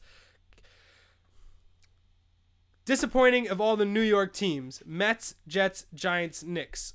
Okay, so, I mean, it does go to the show, Tony, but, you know, predicting games. I don't want the super chat for predicting the scores of football games. I want real money. What's up, Woody? I'll answer your question in a second. Thank you so much for popping onto the show. Always appreciate you coming in, supporting you, boy. Okay, most disappointing New York teams. So the least disappointing is the Jets because they have the lowest expectations. So when nobody expects anything of you and you don't do anything, nobody cares. What's up, buddy? I wish I see your face, but I'm glad you could see mine on this Sunday. We'll help you out with your fantasy question in just a second. Okay, so Mets, Jets, Giants, Knicks. So the least disappointing are the Jets and then the Knicks because of expectations. Although I do think the Knicks will be better off without Melo. They'll probably get a little Ewing effect. Hopefully the ball will be moving. You know, whatever. The Knicks are trash. Everyone knows this. But I think it's the expectations. The future is not even bright. It's just we can't even rebuild. There's nothing to rebuild to. So Knicks are at the bottom. Then the Jets. Then the Mets. You're getting me crossed up here. The Jets, then the Knicks, then the Giants, because I knew the Giants had serious flaws. The most disappointing is the Mets, because you'd think their rotation would be enough to not put them 30 games under 500 at the end of the season, and a regular embarrassment to their fans. But when you get a team like the Giants, who you know the talent is there, and their good is good. That's a problem with the Giants. The Mets good is not that good. The Giants good is good enough for everybody. The Steelers will remain in locker room during the anthem. That is awesome. That is props to them. Damn. So we're moving out. Odell Beckham Jr. Hey, what's going on, man? Thanks for popping in. I really appreciate it. If you have any questions, I'm here for you. I like this chat. We're picking up here. Okay. Okay, predict the pit. Okay, so Tony, that being said, the Bears-Pittsburgh score will be Steelers 33, Bears 17. No. 16. Because they're not going to get 2 touchdowns. They're going to get 1 touchdown and then 3 field goals. What up, what up? Happy Sunday, y'all. Thank you so much, Paul, for popping in. Ask any question you want, man. I will answer literally any question you want. And we can talk about wrestling. I know there's a pay-per-view tonight, Keith. Keith and Paul back-to-back in the chat. You guys have more in common than you think. If you saw each other on a subway, you wouldn't talk to each other, but you'd have a lot to talk about. And that's my favorite part of this show, is when 2 of my friends come in, and I know they have like a lot in common, but they're like totally different friend group. Like one's from college and one's from work. And I was like, man, these guys would really have a good time at like my wedding or like 30th birthday party. Like they just got to like last week we did the chess down. We started talking about best chess openings, and it was my buddy Mike, who I know since I'm 5, and Mr. Courtwright from work. And I'm like, oh, these 2 dudes will be able to play chess till sunrise. And I just love that little like zoop. That's fun. Personal rant over. We missed something here. Joe Mixon. Okay, Woody, Joe Mixon or Samaj Pirine. So we're taking 2 backs that have been underutilized, and we're bringing them forward on Sunday. One getting the shot because of injury. One should get an expanded role because of a new OC. I want to take Mixon because of talent, but I'm leaning Pirine because of workload. My biggest issue is I think the Packers have a chance to put the Bengals away early and take Mixon out of the game script, because if the Bengals start passing more frequently, it becomes Gio Bernard's game. So I want to say Pirine there, and I'm going to be upset. I'm going to write it down, and I'm going to watch it today as like the most important matchup I'm watching. I want to do matchup recaps and like prediction recaps, but for now, I'm just going to notate that this Mixon versus Pirine was like my number 1 most interesting question of the day for right now, but I think it's going to be the winner. Woody, thank you so much for stopping by, and I really hope that works out for you. Unless you're playing me, I haven't checked, but either way, good luck. Jets need playmakers and linemen, then a franchise QB. I wish it was all so simple. I mean, they try to get these guys one at a time. when you think about it, it's insane they had such a good offensive line that they did, and they squandered that. And then they had as good a defense as they did, and they squandered that. For a while, they had a top 5 offensive line and a top 5 defense. Like, what more do you want? They are 90% of the way there, and Mark Sanchez put them in the AFC Championship game. Like, we were out here. 33-16, I like that. Maybe we fans in Chicago will get our wish after this game and get Trubisky as our starter next week and for the rest of the season. I mean, probably. There's a good chance, but, you know, it's rough. Javi2K, what's going on, man? Who should I put as my flex? Deshaun Jackson, Pryor, Mark Ingram, or Cohen? Standard. Okay, that's important. I really like Deshaun Jackson in this play. I think out of those guys, he's a huge boomer bust, and I think that he's going to be able to get over Minnesota's secondary, not their number one corner, their secondary corner, the secondary, and Deshaun Jackson is going to have his first long touchdown of the year today. He does enough just by running routes, but Watson did give him a couple looks, and he just wasn't able to haul it in last week. I think he will indoors today. He'll get a long one. I'm down. Deshaun Jackson will catch a long ball today. Book it. Another Bortles TD? Ew, really? Dude, what are we watching across the pond, dude? Wembley Magic. The Jags should just stay, right? 30 points and a half. To Mercedes Lewis has 2 touchies. The Jags should just stay, right? I have Ravens defense starting somewhere. I was making roster moves at 6 in the morning today. So the Ravens stink, Suhu. They had 10 interceptions after 2 weeks. This is the knee jerk of the first 5 weeks of the NFL season. The Ravens defense doesn't stink. I don't know what happened, just as much as you don't know what happened. I know less because I'm not watching the game, but I know that they had 10 picks in 2 games. Either way you cut it, that's really good, right? It doesn't matter. They got 10 picks. It doesn't matter against who. They got 10 picks against NFL teams. Can they get got on a bad day? Yes. Is their offense doing them any favors? No. How long do you think the Ravens offense has had the ball this time? Ravens, 24 plays to Jacksonville's 51 plays. Okay, so the Ravens are 0 for 6 on 3rd down. So the Ravens have gone 3 and out 6 straight times. So what is the defense supposed to do? They've literally spent the entire game on the field. That's brutal. The Ravens, oh my God. The Ravens are 4 for 18 for -4 for 13 for -4 yards. So they got 4 completions.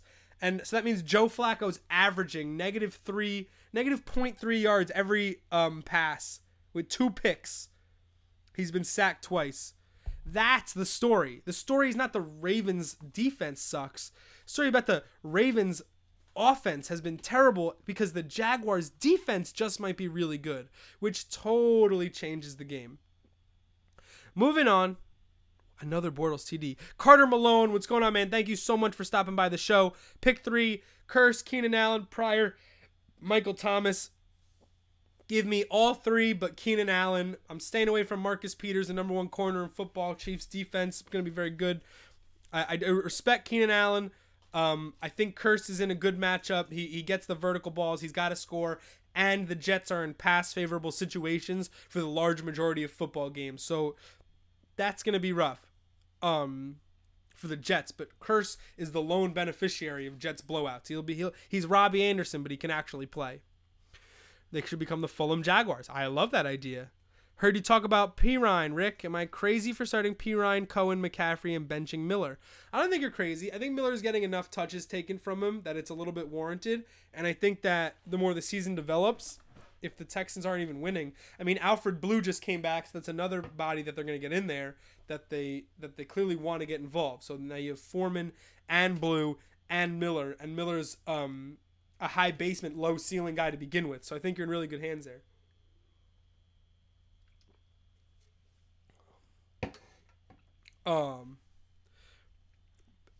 I do think you're overthinking a little bit. You're starting 3 rookie running backs. That's a little crazy off the jump. But Pirine is going to get more work than he's ever had. McCaffrey better get in the end zone.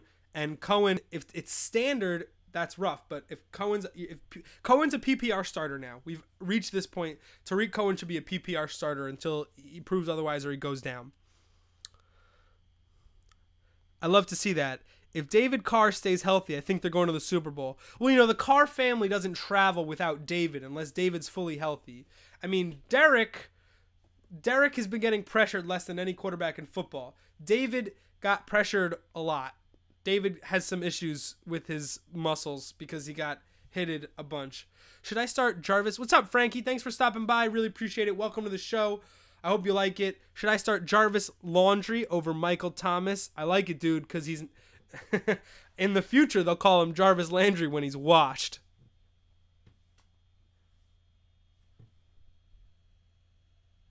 I would go Michael Thomas there. I need to know if it's with Frankie and Jarvis Landry and Michael Thomas. Jarvis Landry, I'm doing it again. I'm going to start calling him that forever. I know it's autocorrect. I need to know if that's PPR Frankie. If it's PPR Landry, if it's standard Thomas, I think it becomes much easier there because Landry's target share, he's going to get like 8 catches for 50 yards. PPR is totally fine. I can't believe the Ravens have 4 first downs. I keep looking at that. It's ridiculous. Thoughts on Alex Smith's matchup? It got a lot better when the Chargers shut down their number 1 corner for the season, Verrett. He's gonna have surgery. He's gonna be done. So the Chiefs are gonna be in really good shape. I'm always worried about the boom bust potential of Tyreek Hill, who I start a lot. But as far as matchups, I think Kelsey matches up very well with the Chargers defense, and I think he'll be just fine. And so the Chiefs, therefore, will be just fine. I think they'll be in good shape today. I think the Chiefs will continue to be one of the top scoring offenses in the league, which is just crazy. It's just insane, but it's the world we live in right now. They're doing it, man. Kareem Hunt's real. He's going to finish as a top 10 running back, and he's going to make fantasy leagues. It's crazy. He's that dude. He's going to be the dude that you didn't know about that ends up on the magazine next year. Like, Kareem Hunt's going to be on a magazine next year. That's the reality. Tony Fedora, praise hands. Suhu, do you think Phillip Rivers will have won a Super Bowl if he stayed with the Giants? That's a fucking good question, man. I mean, the other aspect of that is if they don't make that trade and the Giants do keep Rivers, they also get what's his name? I need a name, guys. Linebacker. His nickname was Lights Out. Chargers linebacker. Crazy guy. Got into the fight with Sean Merriman. So the Chargers took Sean Merriman with Terrence West fumble. Oh, baby. Scoop score Jaguars. Whoa. Sean Merriman, man. Nice. Thank you, chat. So Sean Merriman, the Giants traded the picks, and the Chargers got Sean Merriman out of it. So it's an interesting twofold, because do the Giants go Sean Merriman there with their new first round pick and their Phillip Rivers? Phillip Rivers is a good quarterback, but I feel like Eli is more of a tight window guy. He's more willing to embrace a tight window. Phillip Rivers is willing to take chances, but Eli's much more willing to take an interception, I feel like. Oh, down at the 1. Wow. That's not your fault. You weren't even there. Sean Merriman, his nickname was Lights Out because he used to knock out opposing players in high school. That was back when Jacked Up was still just a regular Monday Night Countdown segment. So, do I think he would have won the Super Bowl? It's like one of the toughest calls and one of the biggest what-ifs in football. But I actually don't think so. I don't know. Because honestly, Phillip Rivers have been screwed over by kickers so many times. So many times. Phillip Rivers had to watch LaDainian Tomlinson on the sidelines in a championship game. Phillip Rivers has just been constantly had the rug pulled out from under him. So, Phillip Rivers has never had his helmet catch moment where someone else that isn't Phillip Rivers makes an extraordinary play to lead his team to victory. It's never happened. So, do I think that with the talent that the Giants had, could Phillip Rivers win it all? Yes. I just don't think he's a New York guy, and he would have done well with the media here. I don't think it would have played. Honestly, it's tough to think about. It's really tough to prognosticate, especially when you think a guy like, oh, Phillip Rivers wouldn't do it, but Eli came up from the South and did it. But, wow, Mercedes Lewis, another one. That's insane.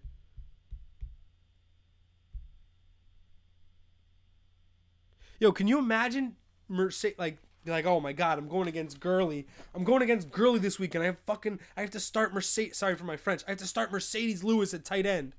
3 totes, dude. You're right back in it. Unbelievable. The Jags game is streaming on Yahoo only, Mr. Driscoll, and now you know that. The Jags game is streaming on Yahoo only. It's 11:30. It's time for rankings. I thought Merriman was known as Lights Out for choking females. No. He had that nickname before he started choking out Tila Tequila. Yeah, the Jags game's on Yahoo only. Wow. Did I miss? Yeah, dude, they paid for it. If you've got it, flaunt it. Budo, what do you think about Tyreek today? I'm in on it. We're in on it. I'll text you when he scores.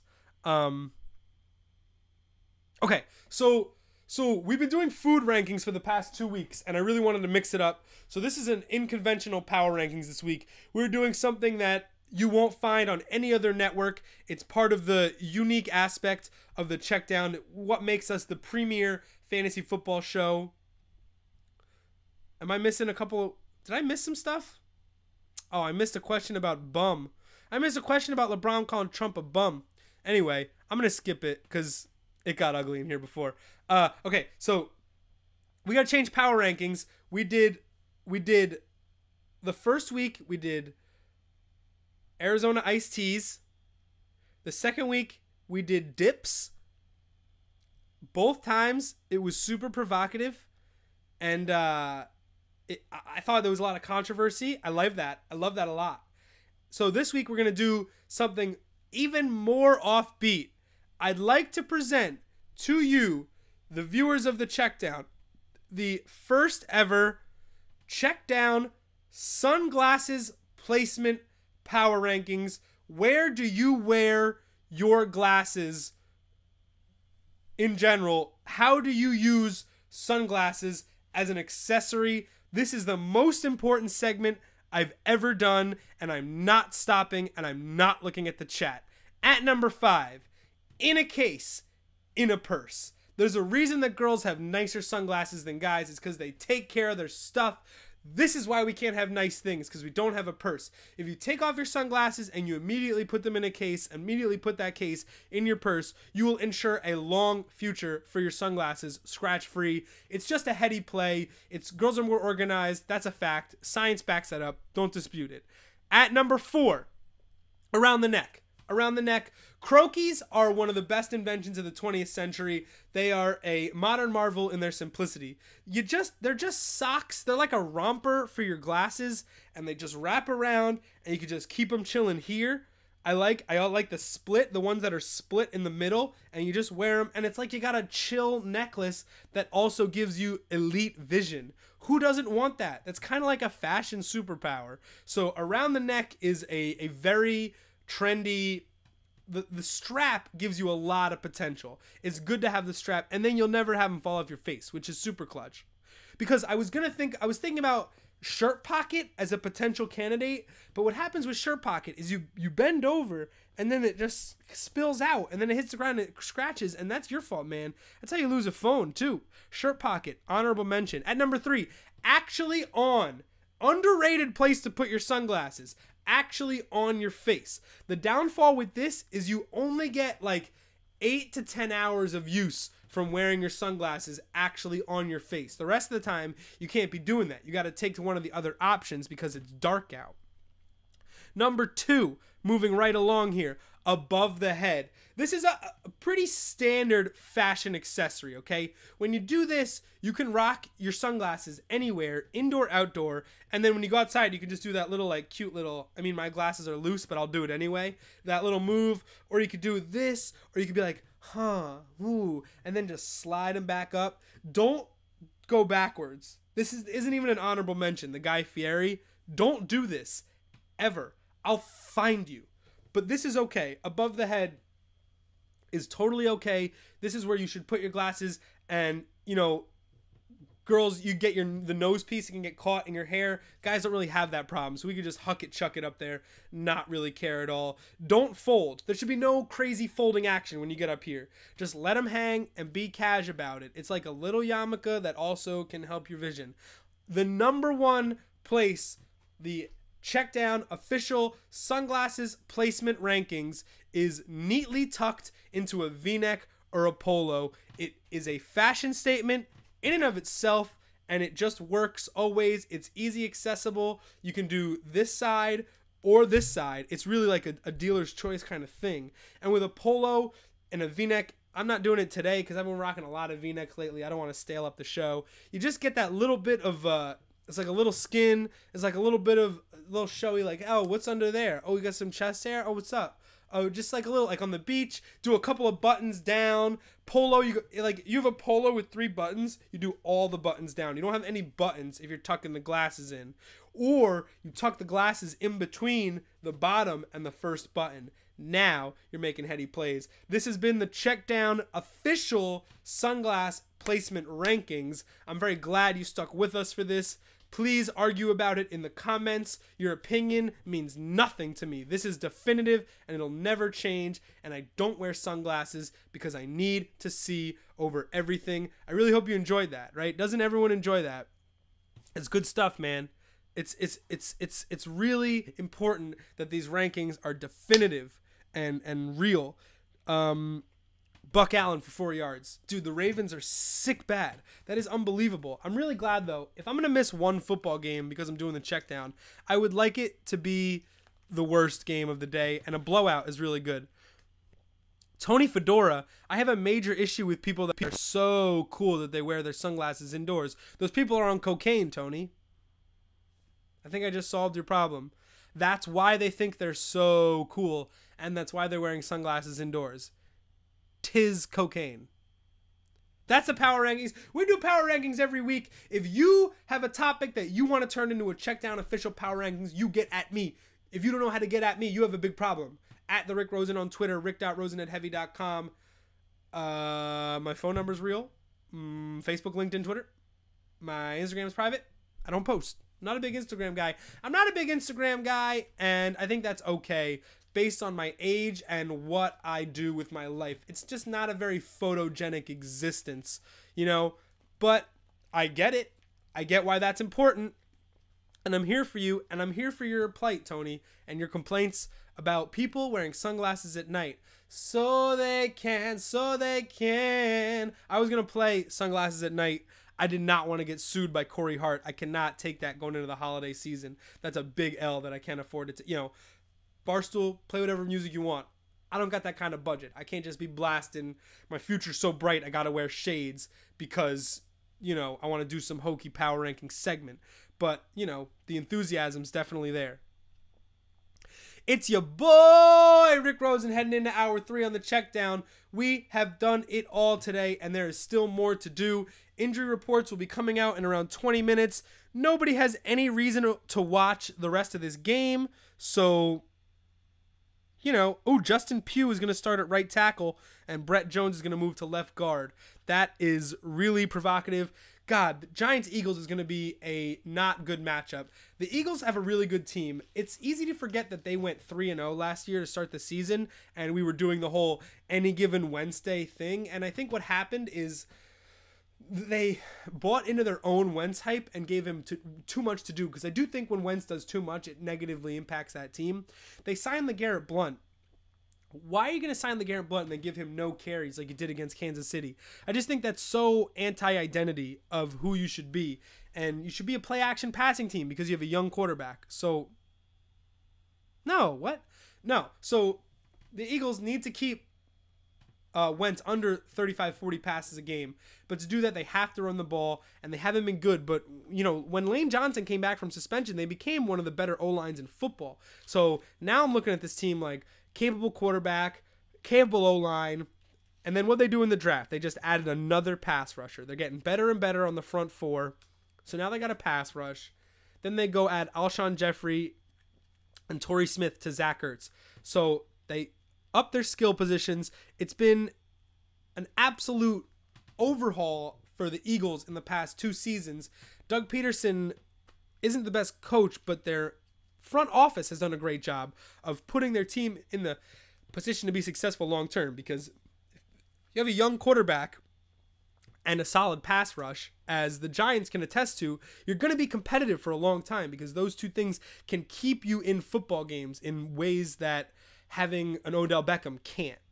You know, pass rush does things for you that having Champ Bailey can't. You know, you need a pass rush. You need to make the quarterback uncomfortable no matter what. Let's go back in the chat. As we hit the final hour, we're going to hit that theme song in a little bit. Man, I love that Checkdown theme song. Haven't played it enough today. Have not played it enough today. Little light on jokes, man. I had jokes. I really blew a segment today. We can get back. We can talk about that another day. I wear my guy, Tony. I wear my sunglasses on the back of my neck. That's the best one. I'm telling you, man. Only Fieri. I saw a guy. He was doing Conan. I think it was last week. And he came out and he was like, it's like his opening joke. He's like, I don't understand why it's cool to shit on Guy Fieri. And the crowd laughs. He's like, all this man did was follow his dreams. And he got torched. It's true. All Guy Fieri did was follow his dreams. He wanted to be a food host with charisma and without compromise. And he did that. And, you know, the best things in life are divisive. Not everyone's going to like everything. That's why it's awesome we have 500 TV channels. That's why it's the golden age of TV. Because I don't have to make something with broad appeal. I can make something with narrow appeal and still profit like crazy because there's enough audience. Just like the Checkdown. Come on, man. It all ties together.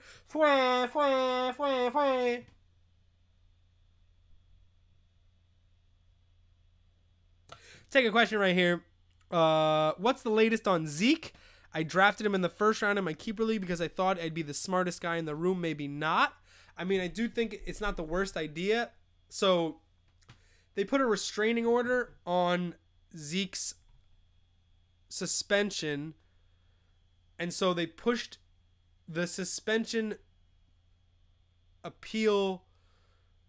Whatever ruling could have been made, it got pushed back 2 weeks. It's the most confusing thing we've had, but it helps that we did the same thing like a year and a half ago with Brady, where just appeals and restraining orders pushed the decision back a full season. So, I mean, it's possible we see the same thing with Zeke, but for now, he's good for at least 2 weeks, and mid-October he'll go back in front of a judge, and we'll see what happens. But I do think he'll eventually miss time, and, you know, if he misses time during the fantasy playoffs, that just make things all the more spicy, man. I don't know how I'd feel about that. That'd be really fun. I'm not gonna lie. And, you know, as a person that hates the Cowboys, that would be even more fun. Just take away their best player in December. Who cares?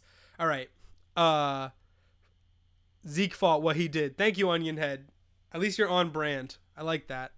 So, with all these injuries coming out, we need to find guys that we can add that are not so obvious. Guys that are readily available across ESPN leagues. So we are going to look at our live stream team, our streaming all-stars for this week. Really easy. We're going right down the list, one for each position. The first is obvious, Jay Cutler. Because if you're streaming a position, and for those not informed, streaming is just starting a free agent from that position every week and just going back to waivers for your starter. Streaming quarterback is as easy as finding the Jets. Find the Jets and start the quarterback against them. Jay Cutler looks like he's back to I don't give a F Jay Cutler. He threw a couple of really questionable jump balls to Devontae Parker. I loved them. And they both worked, I think. One of them definitely worked. And his production wasn't bad. And they have a very strong running game. So with that pair, you cannot simultaneously take away Jay Ajayi and Jay Cutler's deep ball. You're going to get Jade off either way. So that's it for that one. Next one. Give me Samaj Pirine. Again, 13.9% owned. I'm sure that number took a spike this morning with the Rob Kelly baby back ribs news. And they're going against Oakland. Oakland's got great linebackers, but Pirine's going to get more touches. Talented Oklahoma back. Should have been getting more carries into the season. And I think that if you're going to grab him, you're probably going to end up holding on to him just because he's going to do well enough. He's going to show flashes today that's going to warrant him for a bigger role in the offense. And he's just one of those rookies that the rookies have proven they're ready for NFL workloads, and he's a good prospect. He's good in college. Only 13.9% owned. That's crazy. Wide receiver. Devin Funchess is owned in less than 11% of leagues. Greg Olsen is down, and immediately after Greg Olsen's injury, which happened in the first quarter against Buffalo last week, Funchess saw an uptick in touches. Whether it is sustainable or not remains to be seen, but if you're looking for a receiver, why not take an active receiver with an expanded role against a bad defense? Stop looking at stats and start putting phrases like that together. Is Brandon Oliver going to piss me off today? Yes, 100%, without a doubt. Funchess is hardly owned, and he's the definite number 2 receiver. So if you're looking for an extra guy, it's not a bad flex play. He's going to catch balls. Him and Mohamed Sanu. Sanu is owned in a lot more leagues, so I couldn't really put him on this list, but he leads the Falcons in receptions after 2 weeks, and they're a pretty good offense last I checked. So if you really need a guy, look for Sanu and look for Funchess at a wide receiver or the flex, especially in PPR. Jags just faked a punt? What? You guys are killing me. Wow. Direct snap pushed for 58 yards. Oh! Jags, man. Yo, this is a barn burner. It's not even the fourth quarter. They're going to hang 50. They're on the 3. They're going to hang 50. Anyway, tight end, I really like Vernon Davis. If Jordan Reed's going to be out and he's going to be consistently out, Vernon Davis, dude, they're making a statement. How else are you going to get... You got to run up the score, though, if you're on away soil, right? If you're in London, you got to run up the score, right? Like, they're the London team. Like, they want to show up for London. Okay, so Vernon Davis is owned in 0.5% of leagues because everyone's super sure that Jordan Reed has the hold on that position. But I want to just read some stats. Jordan Reed was hurt last year too, like obviously, just like he always is. But that's when Vernon Davis came in too. Vernon Davis was doing nothing until Reed started missing games. And then in November last year, he put together this really nice 4-game stretch. So this is Vernon Davis in November last year. 3 catches for 66 yards and a touch, 5 catches for 93 yards, 6 catches for 79 yards, 4 catches for 50 yards and a tote. No matter which way you cut it, those are 4 very, very solid weeks for a tight end. You really can't argue with those numbers. If you're looking for a tight end, we picked on Oakland tight ends, teams against Oakland all year last year. They're not great at covering the tight end. Vernon Davis is going to be a really nice Sunday night option for you. The problem is you're going to have to wait all night to find out if Jordan Reed can go. So if you don't have Reed, if you're thinking about starting Reed, you should really, really, really, really, really pick up Vernon Davis before tonight. It only makes sense. Kicker, Cody Parkey, Dolphins. The Dolphins are a perfect candidate for good kickers because they got the good, not great offense that can take you across midfields, but can't necessarily, once the field shrinks, they can't put you in the end zone. So you got a guy like Parkey, I see the Dolphins getting a big play, then grinding, first down, second down, 3rd and 8, incomplete field goal. Like I see that happening 4 times today for the Dolphins. So if I needed a kicker, I'm 100% starting Cody Parkey, and I'm not even mad at it.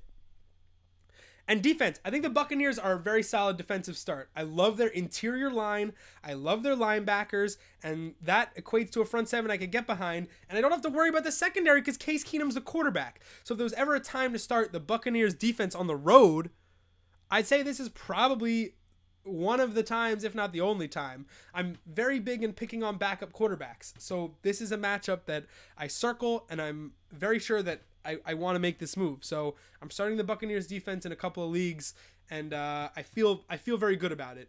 The same reason the Jaguars defense was successful is the same reason that the Buccaneers defense can be today, is because if the Vikings go 3 and out over and over and over again, that's not sustainable for a defense. A defense, especially defensive stars, they need rep. They need gas. Like they need to get on the sidelines and take a breather so that they can play 60 snaps. You can't play 50 snaps in a half.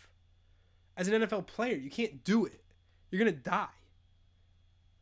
Not like in the honorable Jamal Adams die on the field way. Like you're going to get dehydrated.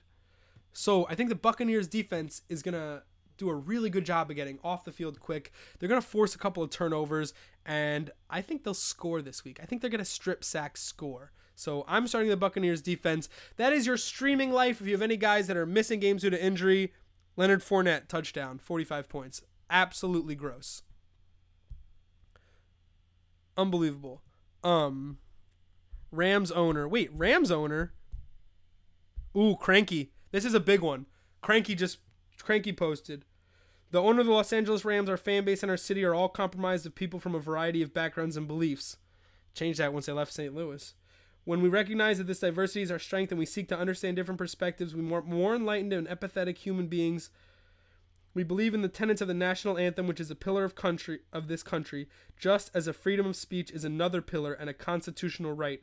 We will continue to support our players' freedom to peacefully express themselves and the meaningful efforts they make to bring about positive change in our country. You know, for a lot of these owners, I think it's too late. I think it's not fair. You can't just let the Tisches and the Maras come out, and then the Packers come out, and then Stephen Ross comes out, and you're going to come out a day later. Why? Because your publicist was on a beach? Like, get out of here. You don't know what the right thing to say is here? You don't know what the right side to be on is here? Out of here. I want none of it. Okay, is Coby Fleener a reliable fantasy tight end? I think so, but the looks might not be there. He's not the tall guy on the team. Like, I like Kyle Rudolph because he's the big guy. But the Saints have Brandon Coleman. Brandon Coleman's the big guy. He's the fade guy. So what does that make Fleener? That makes him the second biggest guy and the blocking guy. And that's dangerous from a fantasy perspective because we don't want a lot of blockers. We don't get enough points for blocking. Talk to your commissioner about getting blocking on the scoreboard. But I think when it comes to reliable fantasy tight ends, I think you could probably do better. I think we're still a couple weeks from that shaking out. I mean, we still got Antonio Gates is top 10 because he's catching one pass for a touchdown. So we really, it's Kelsey and Gronk and everybody else right now, and the whole thing's a crapshoot. So I thought Brait was going to be a good sleeper. Him and OJ Howard get the same number of targets. That makes things super difficult. So we're moving from there, man. That's really tough. I personally never liked Coby Fleener. I think he has bad hands. I think the Colts got Dwayne Allen and Coby Fleener and went 0 for 2. That's why neither of them are on the team anymore. If they were good, you'd keep them. You don't pay a lot for a tight end. If they were good, you'd keep them.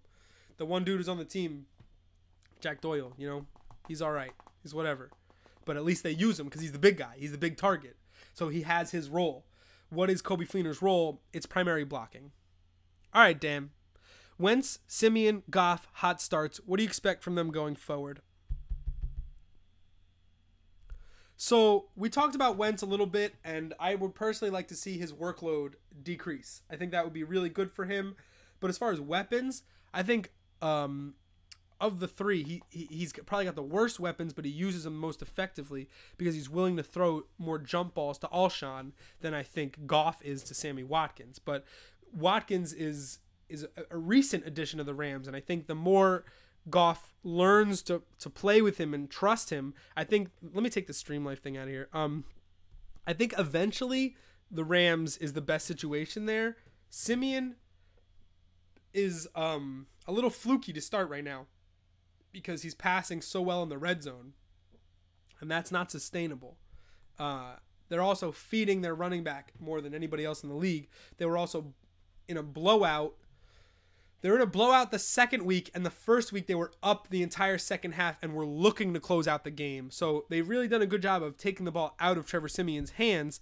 He hasn't had a ton of fourth quarter work, meaningful fourth quarter work.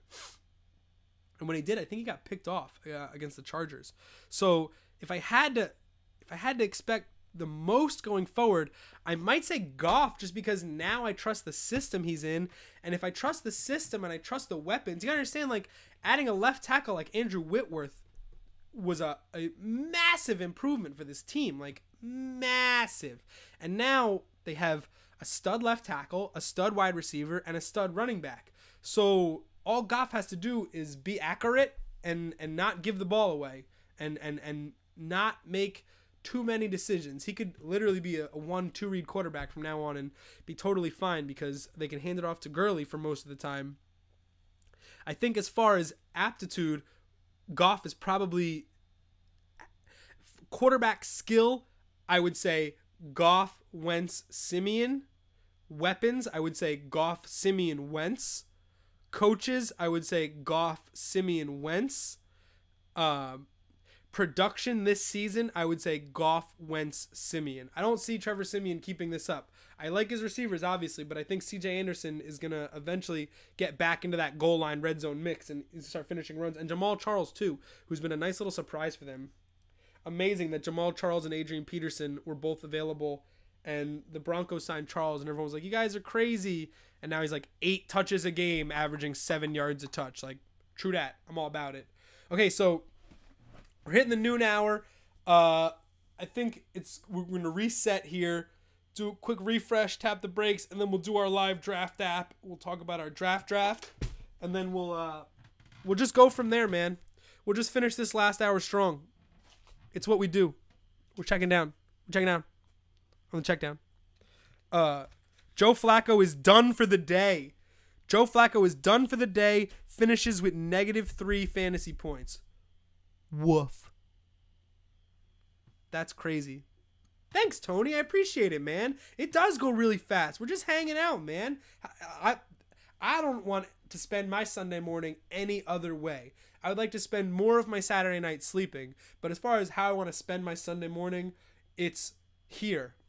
Unless they call me to do Meet the Press. I would torch Meet the Press right now. Your boy's heated with takes. I'm just bubbling with takes.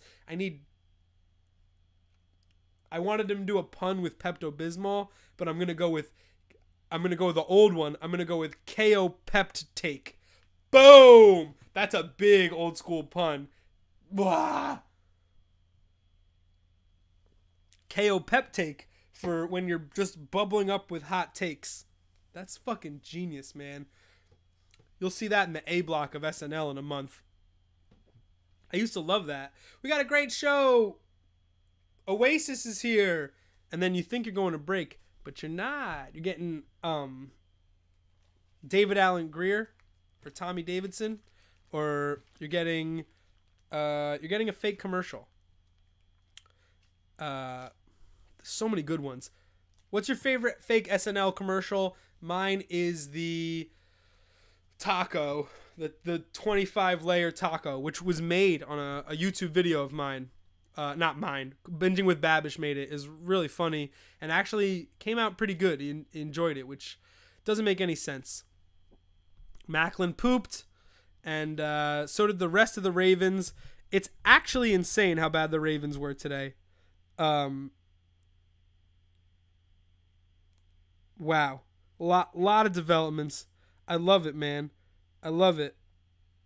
I love how dude, you knew the Ravens were not what they appeared to be after 2 weeks, because you can't pick a team off 5 times and only score 20 points, you know? Like the way they didn't put teams away. I like that Ryan Mallett's out here slinging it, though. What's Ryan Mallett doing? What's he doing? Wow. Funny, because there's no quarterbacks on free agency that would be better than that. Unbelievable.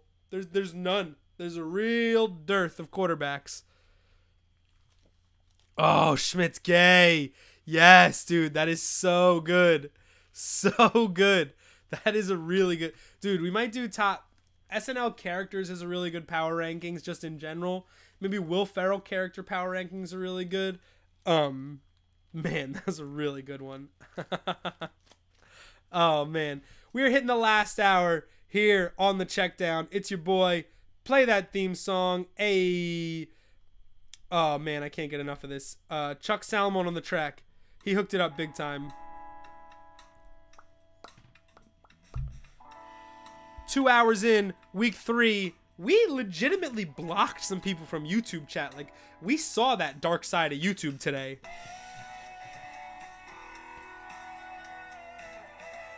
And we showed them the fucking door.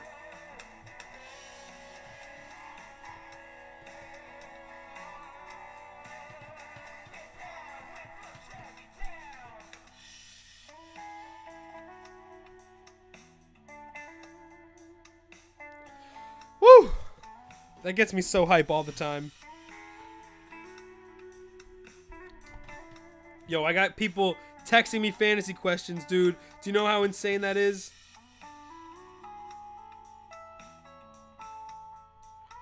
You know better. You know better who you are. Grade my parlay. Is Cap not better than Mallet? No, remember the Ravens were literally, let's get the music down. The Ravens were literally about, dude, this thing picks up, dude. It's got a really strong bridge.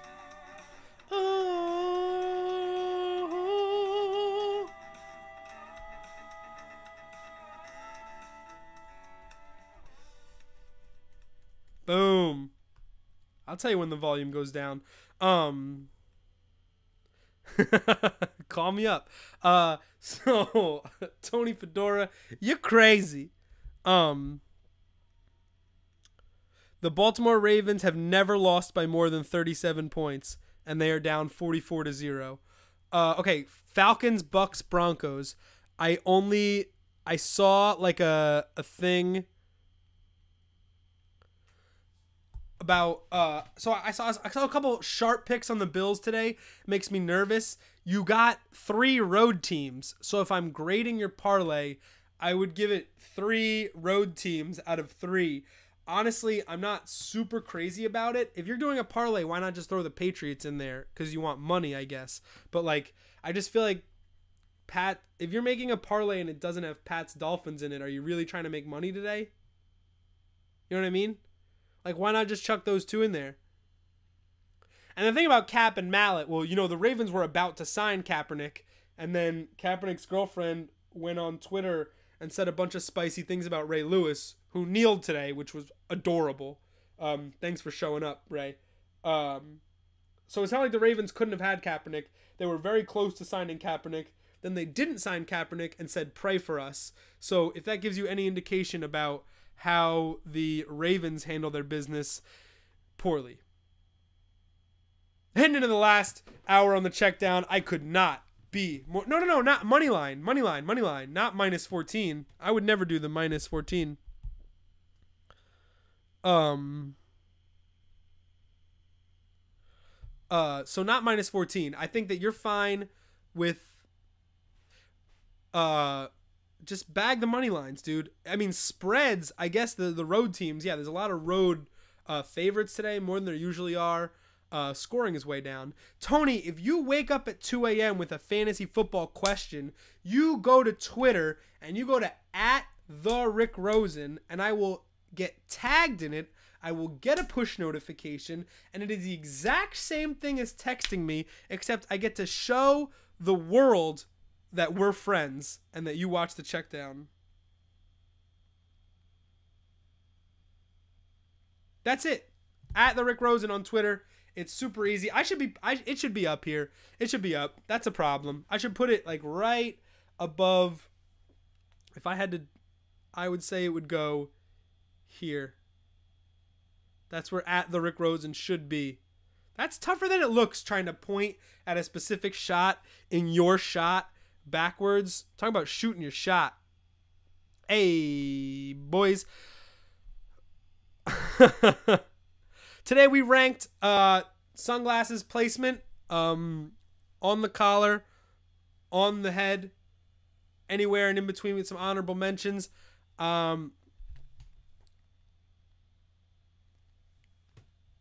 People, come to the show. Come to the show with your questions. I can't keep doing this. I can't keep operating on multiple channels. I'm doing everything I can for you, and there's not even that many people in here. We're just hanging out, talking about football on a Sunday, getting ready for kickoff.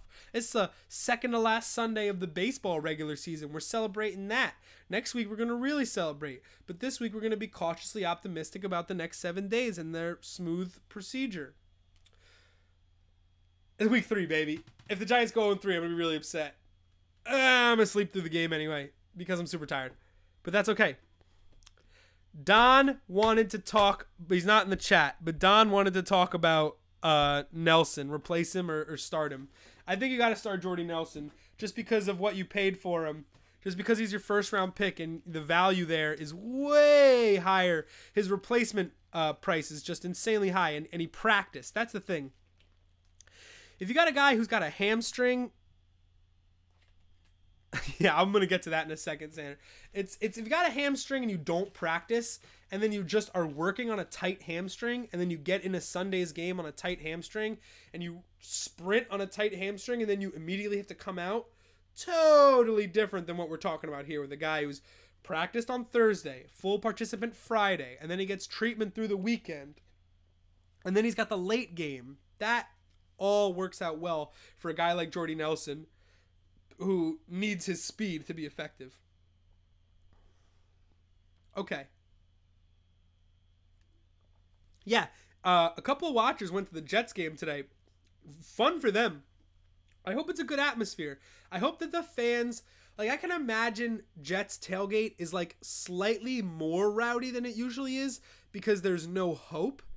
Like, hope would give you some sort of like demeanor, like let's act like champions. Why not just act like the last place team? The problem is that they have to compete with the Bills for worst fans in the division, or best, depending on how you're looking at it. So I better see some snaps of some Jet fans going through tables. So I'm looking at you guys. Make it happen. I want to see some power bombs.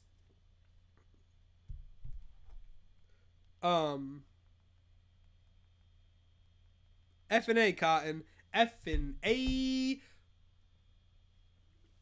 Paying for the Jet game is out of control. I mean, if you're a Dolphins fan, then it's awesome. I would love being a road man in the home stadium and just talking that spicy. DeMarco Murray, what's up, Beats? Yeah, DeMarco Murray's going to play, man. And if DeMarco Murray plays, I think that's fine for you to start him, especially if it's standard and especially if you don't have a lot of better options. The Titans are going to pound the rock. They're committed to it. So Murray's going to get the lion's share of touches if he's healthy. That being said, it is a hammy, and if you're a high-speed player, a little bit older like Murray, he could go 5 plays. He could feel it pop. And, you know, it's a risky situation for an elite running back to put him in like that, especially one where you expect a heavy workload. I don't expect a full workload from DeMarco Murray. It's just not realistic. So if Beats by Brian, if you're looking at a PPR situation and you've got other people you can put in, then you got to kind of work around that, and it's really a gambling gut play as far as Murray's availability, but it is, you got to think it's a bigger guy, it's an older guy, it's a hamstring, it's a physical run team, it's Seattle. There's a lot of things adding up that go against Murray, especially when you factor in that the Titans could say, well, we could sit Murray and we give it to Derrick Henry. And when you really put that into the equation, I would sit Murray, but only if I definitely had somebody I liked. Like, I wouldn't sit Murray for CJ Prosise, but I would sit Murray for Mark Ingram. I would sit Murray for Tevin Coleman. I would sit Murray for Amir Abdullah. I would sit Murray for Dalvin. I would sit Murray for Jaquiz. Pirine is kind of an on the fence thing. It's like a coin flip. It's a late in the day move. With Pirine, you have the Sunday night game, so you can see if Murray's like a full go or like limited, didn't finish. And I do. Hey, Don figured it out. Where'd he go? You know, only took him 10 minutes and 6 texts. Yeah, dude. Kinelon, connecting. Chat stacks. Isn't it funny that Tanner's going to be working during NFL Sunday and not chilling with the boys? Oh, no. No boys, dude. That sucks, dude. All about the boys, dude. I'm going to be dying these 1 o'clocks, man. Giants, Eagles, not being able to, like, either watch every second of Giants, Eagles or drown myself in red zone. It's honestly a big toss-up. Would you start Henry over Murray? Yes, I would start Henry over Murray, especially this week. I think that's totally fine. Just became woke, getting lit. Man, is there any better way to live? God damn, Kirk. Miss you, bud. Miss you already. I don't forgive you for trying to choke me in Texas. Believe it or not, I have these 2 quarterbacks on one of my fantasy teams, Deshaun Watson and Alex Smith. I know Smith is a start, but the Pats have the 31st ranked passing D. Is Watson a start? No. It's Bill O'Brien's offense against the Patriots defense. It's different. It's a schematic nightmare. The Texans have never, under Bill O'Brien, they've been terrible against the Patriots. Doesn't matter who the quarterback is. I like DeAndre Hopkins and not much else out of the Texans in that matchup.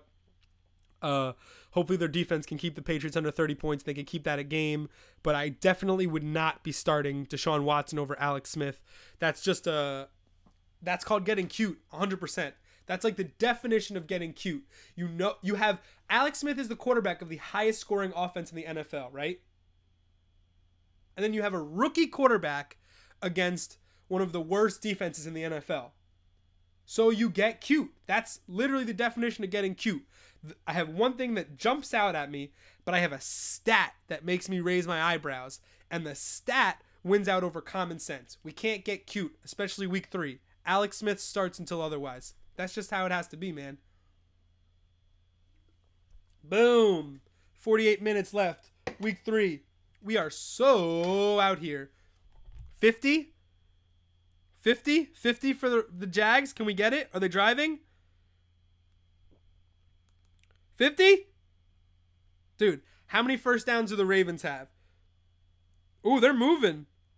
Mallet.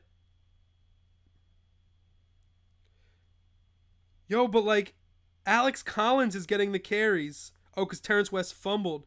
Alex Collins is that new dude. The Ravens are a tire fire, though. Oh, dude. I got some Flacco highlights sent in.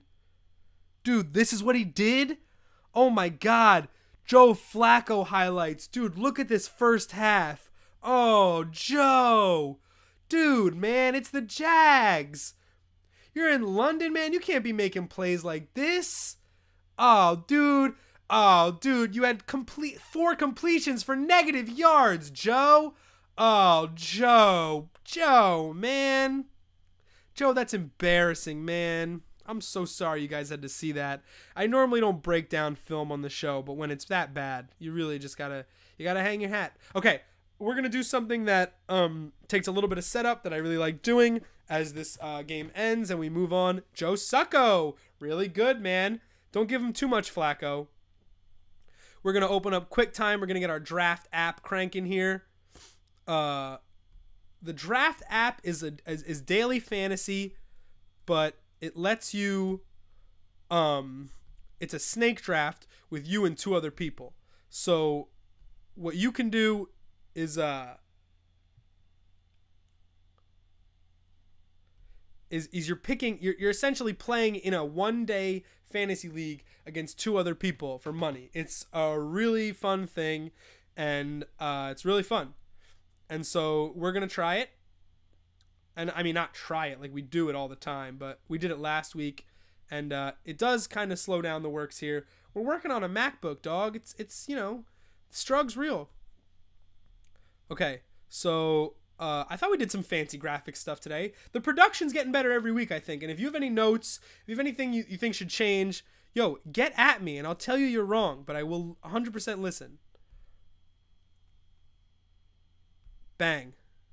Okay. Moving on here.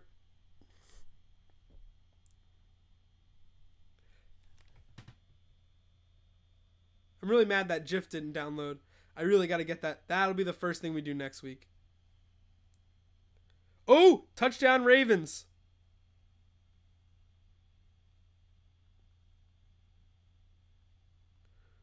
We got a Ravens tote. I'm not sure how this happened. Thanks for nothing, Buck Allen. Wait, didn't he?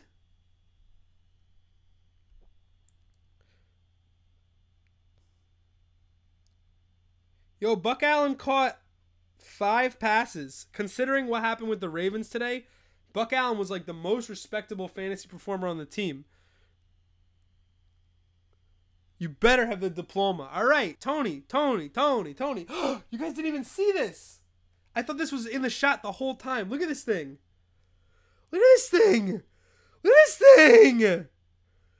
thing. Chelsea with the clutch. Look at this thing. I'm not putting liquid in it. It's wide. It's wide for sipping. Chelsea with the clutch. Man, I love that girl. Look how beautiful. This ain't no sticker. This is real, son. This is real graphical work. I love it. Mwah. I'm not putting any liquid in it. I don't think that's fair. Okay, but where can people see that Giants hat? Bang! It's so real. Tony Fedora, I hope you liked that. Okay. Pancakes or Belgian waffle? Quick, please. I like pancakes because unlike most people, I'm okay with syrup saturation. I think a lot of people are against syrup saturation. I'm for lots of syrup. We're on Wi-Fi. You're on 3rd Street. Okay, so I'm on Wi-Fi, and this is the draft. We need to think about who we're going to draft in our draft before we draft our draft.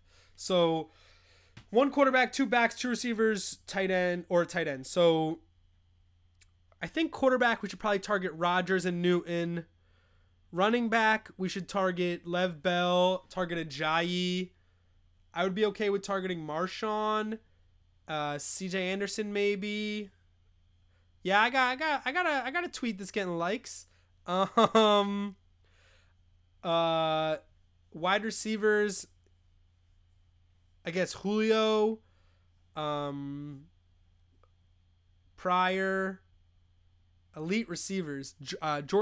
So Amari Cooper is going to be on Josh Norman. So Michael Crabtree's not a bad start. Mercedes Lewis is probably off the board. Kareem Hunt's going to be an option for me. Kareem Hunt won us the league last week, so it'd be really tough to not take him. Guys, give me your suggestions. We're about to draft this. Like, we're really, really out here doing this. So give me your suggestions, and we're going to actually draft this team. We're actually going to play for money right now. So tell me who you would start, who you would draft, and then we're going to boot up one of these live drafts, and we're going to make this shit happen.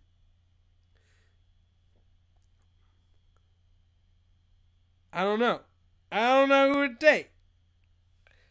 Gronk's hurt. Gronk had a good week last week. That would have been the week to take him, but I don't think we're in the market for a tight end this week. I'm thinking about like one stud. Not Antonio Brown. I feel like the Bears have been doing good against number 1 receivers. They held Julio to 60 yards. Dez got all the end zone looks because they were getting blown out last week. Not a big fan. Odell's had some good games against the Eagles, and they need Odell to be good. I would take Beckham just so I can root for him. That's a fucking homer pick. Guys, this is an us activity. This is a date. So I need some suggestions or we cannot move forward. It's tough, man. It's really tough out here.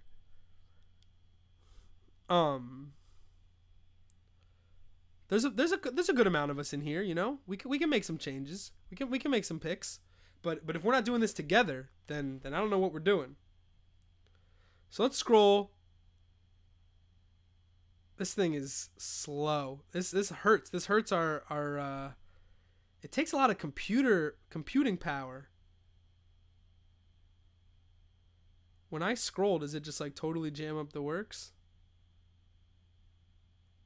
A little bit. I'm crunching the numbers. Who should we draft? So we're going to do this. Should we up it to 6? Let's do 6. Oh, never mind. Ha. There's a 10 or a 3. Let's just do the 3 because we crush. Tim, don't jump off your balcony, please. I would not like that. Oh, AJ Green could have a good game, though. Give me Rodgers. Give me Cam. We're checking off guys we like here. Oh, we got the turn, baby. Lev Bell for sure. Kareem Hunt for sure. Tymont for sure. Ajayi way down there for some reason. Antonio. You know who else I would like? Wow, Odell Beckham way down here. I want Hopkins. Dude. Wow, we got to go a while to find Deshaun Jackson. This league is going to be too small for me to like get these reach picks.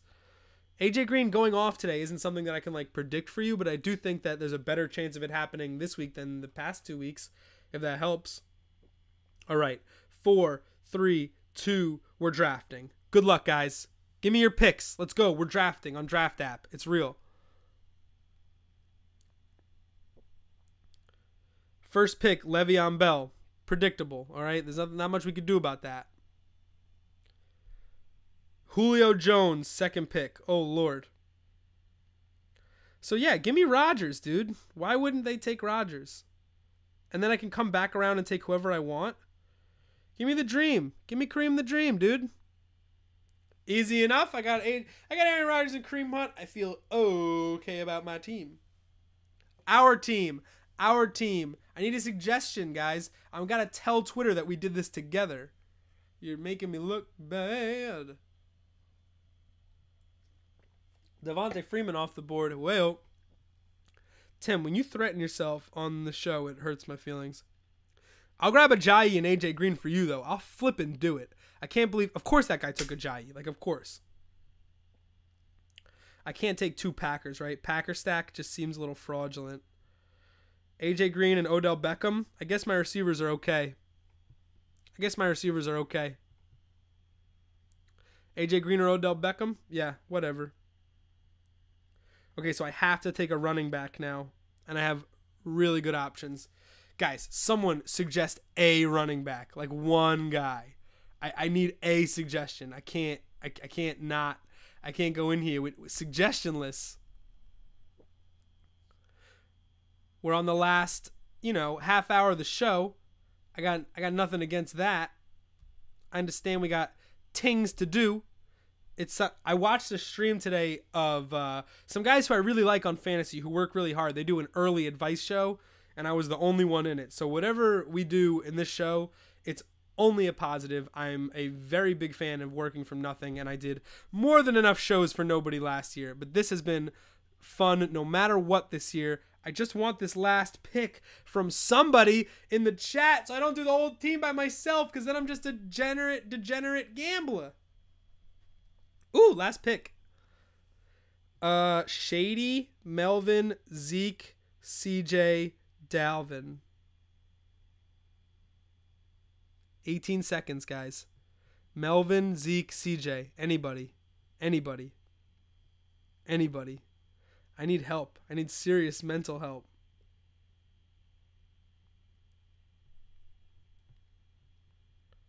I took Zeke, right? Nope. Auto-picked. Shady. I'm okay with it.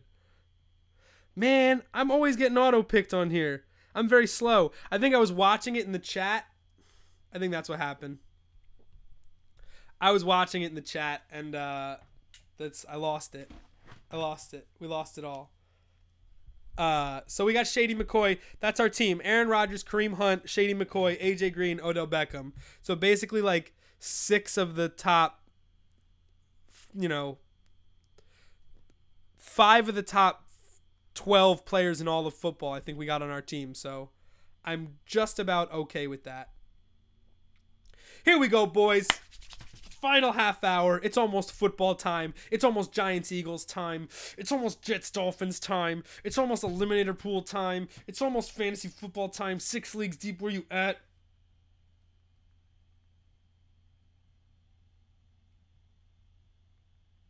Another text for advice. Is there an acceptable amount of time to wait for my neighbor to stop mowing his lawn before I tell him to fuck off? So I like to watch him with my arms folded. I like power stancing him. That's a really good one.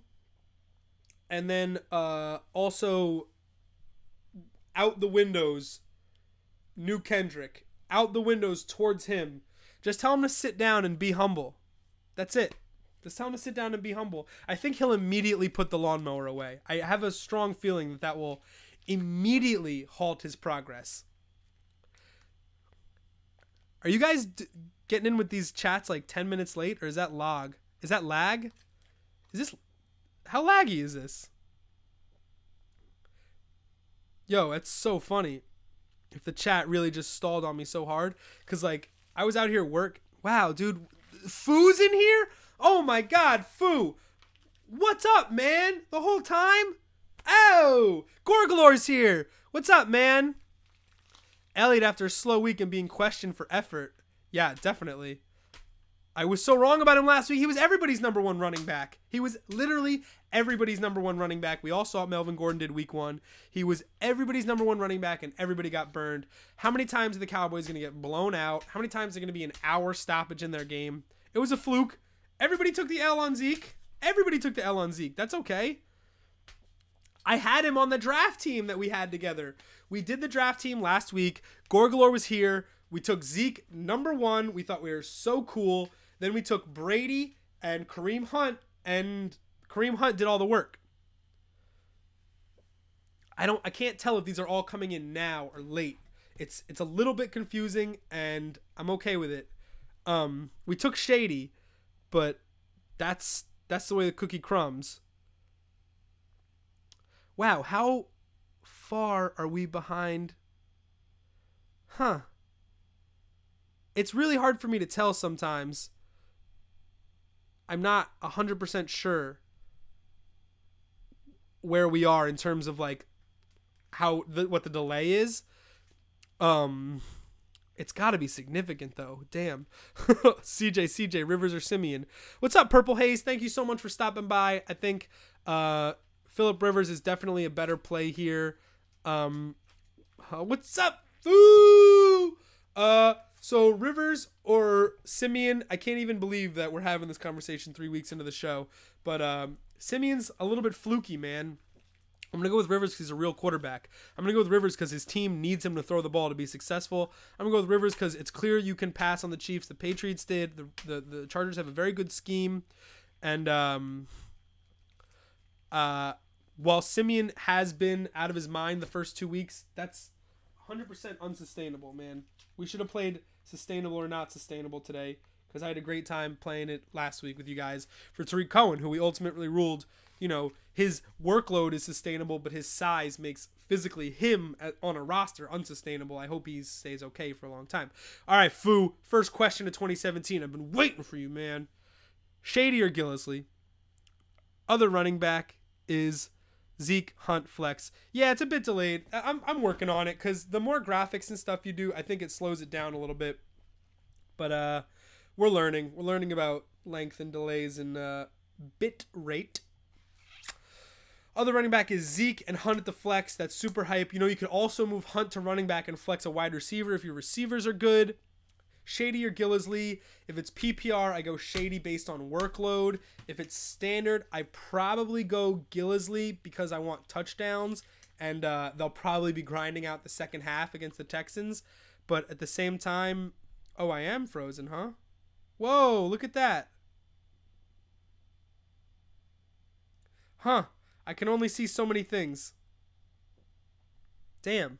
We're working on. I wonder what's making it more frozen than previous days. I wonder if there's something at work here, whether it's like an Xbox on or like phone on Wi-Fi or like a tab up. Crazy. Yeah, man. Stream's kind of hurting today. I wonder what that's all about. Lifestyle. Well, at least it's getting the worst in the half hour. Oh, we're dropping contacts. 12:30.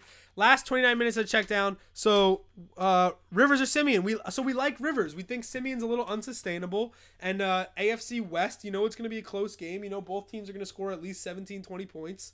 And I think Rivers is still one of the best quarterbacks in football, as opposed to Simeon, whose stats are jumping off the page right now, but CJ Anderson's touching the ball more than any running back in football right now. So it's really not fair to like put the praise on Simeon without also complimenting the run game and talking about how they work off each other. So I would probably go Shady PPR, Gillisley standard, or a receiver, Hunt to running back, and I would definitely go Rivers over Simeon, and I'm going to save that because I think that Rivers Simeon is a decent argument. I think that's pretty close, and it's provocative because it's one of those things where like last year or even at the beginning of the season, like if you had to draft one,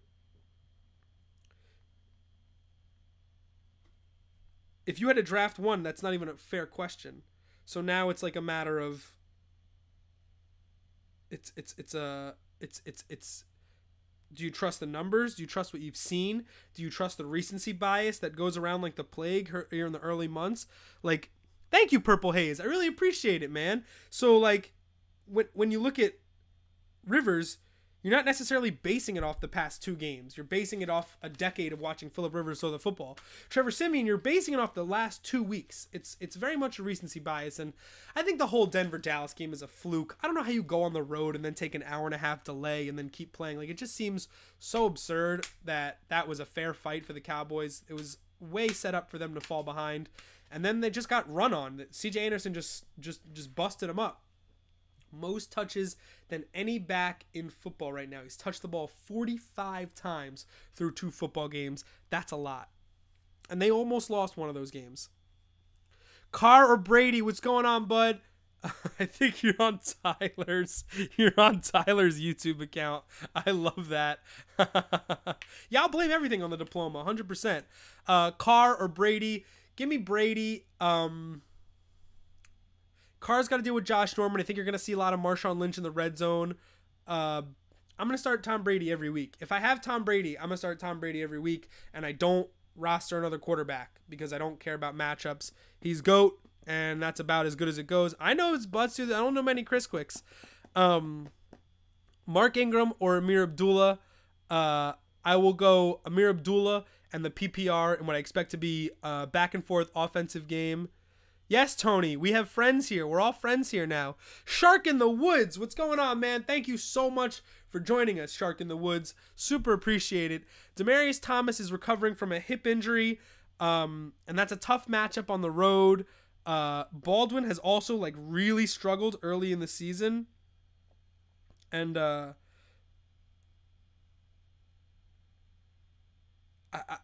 that's a really rough one, but I go Demaryius Thomas because he's a stud and the targets go his way, especially in the red zone. And if we're looking for a passing offense, I much more trust the Broncos passing offense right now than the Seahawks, which is like Doug Baldwin can't develop his routes because there's no time. So it becomes a timing thing. Demaryius Thomas is going to get the ball out, or he's going to get the ball to him. Doug Baldwin's struggling there. Gorgalor, what's up, man? Pick 2, Kelvin Benjamin, Tyreek Hill, Doug Baldwin. Why don't you give me Benjamin and Hill? Those are the 2 high upside guys. Again, there's nothing wrong with Doug Baldwin. It's just when it comes down to opportunities and the matchups. The Chargers lost their best corner to knee surgery during the week, and Kelvin Benjamin's is getting targets, especially without Greg Olsen, but he's been getting targets through the first 2 weeks, enough so that he's been on the cusp of fantasy relevance, where it's like it's a good game, and if he catches a touchdown, it's a top 10 week. So it's right there. I'm very eager for Kelvin Benjamin to break out to catch a deep ball, but it just hasn't happened yet. And I'm hoping, if it's not going to happen against the Saints, we're shopping him on the market. So give me Benjamin and Hill. Give me the 2 big play guys over Baldwin, who can't get 30 yards down the field before Russell Wilson's taking a sack. I'm going through my tweets. There's a couple of people asking me questions. They don't know that we're live 3 hours on the air. That's crazy. Foo, man. Thank you, man. Keep telling people about the show. The show is out here. The show don't stop. We're going to do this till December, baby. I'm copying this link. I'm just DMing this link, and I'm trying to get this out. We've done everything today. I think I can look at the schedule. We've done... That's Bill Lazor. That's Bill Lazor. We talked about Bill Lazor. We did all this. We got our draft team is very solid. And now we're just chilling, man. Let's play the theme song. Let's like sit and chill. Talk about our feelings. Let's be people for once, man. Not sheep. I'm just kidding. Oh, if you're getting in the show late, there were legitimate Twitter trolls in the chat to start the show. It was unlike anything I've ever seen, but you know what they say? If you got haters, you're doing something right.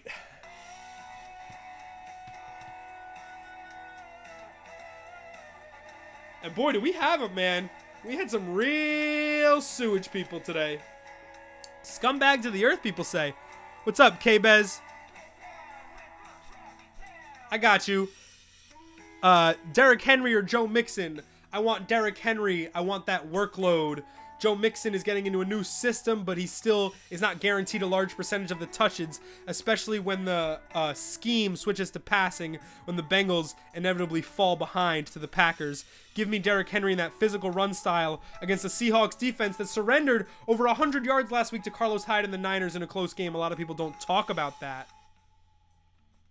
Man, that music is so good. I love that drop. I love that that drop is ours and ours alone. I love that you can only hear that by watching this show live every Sunday, 10 to 1, here on YouTube Live, here in Checkdown Studios, here in North Jersey, here on the East Coast, here on planet Earth, here in the United States of America, where the First Amendment applies to all. Did you know it's a violation of the First Amendment if you wear any clothing that has the American flag on it, be it shirt, tie, neckerchief, socks, if you have any American flag plates, American flag bumper sticker, if you have American flag napkins at your barbecue, you are violating the First Amendment. If you are silently protesting, you are not violating the First Amendment. This has been a constitutional lesson from your friends at the Checkdown. We have 22 minutes to go, and I am here for your fantasy questions.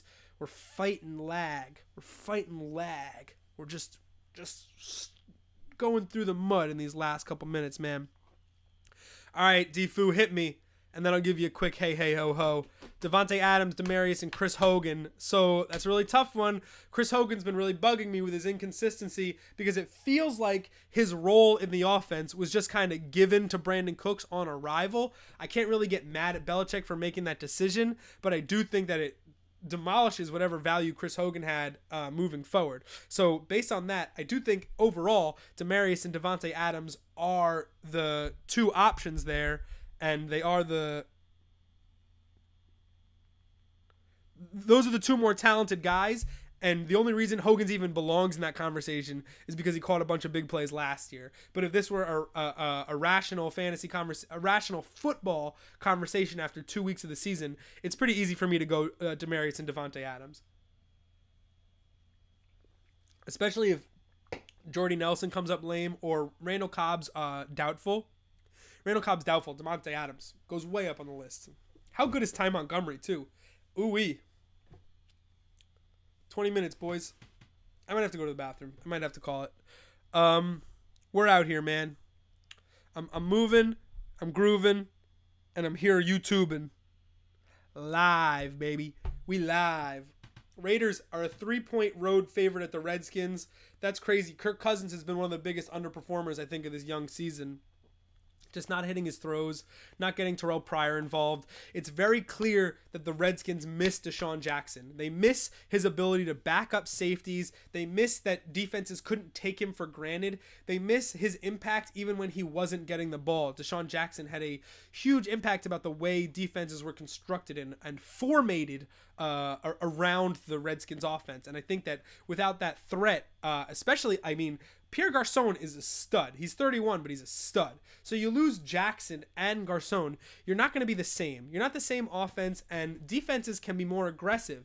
You've taken away a lot of the threats there. So until Josh Doxson even proves himself as a receiver, let alone a deep threat, I think that it's a little provocative for us to crown Kirk Cousins and to give him a fat contract, because he was helped out a lot by his skill position players. Something hopefully we'll see more out of Jameis Winston this year. Now that Jameis has a Deshaun Jackson, we'll see how that works. I do think D-Jax catches a long one today. I've said it multiple times on the show today, and I'm very confident. I'm going to go to the bathroom. I'm going to come back. I'm going to play this Gronk interview for 2 seconds.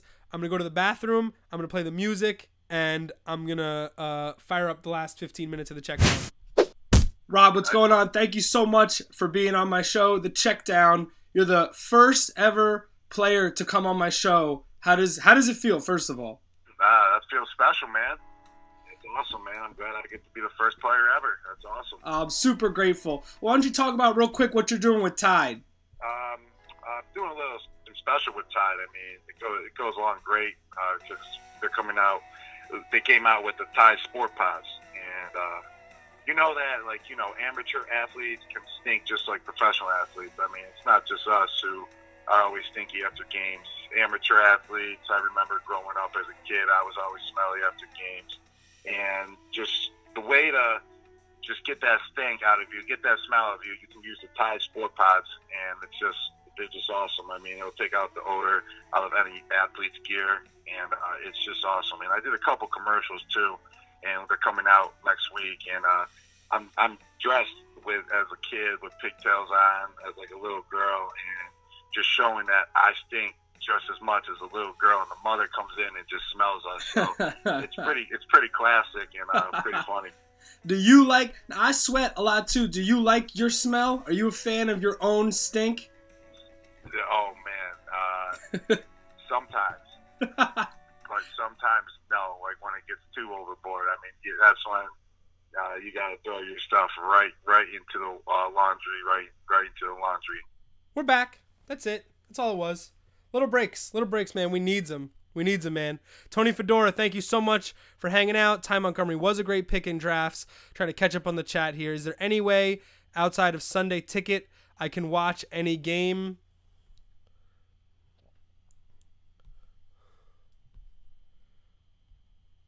Man, chat is rough, man. What is up with bitrate?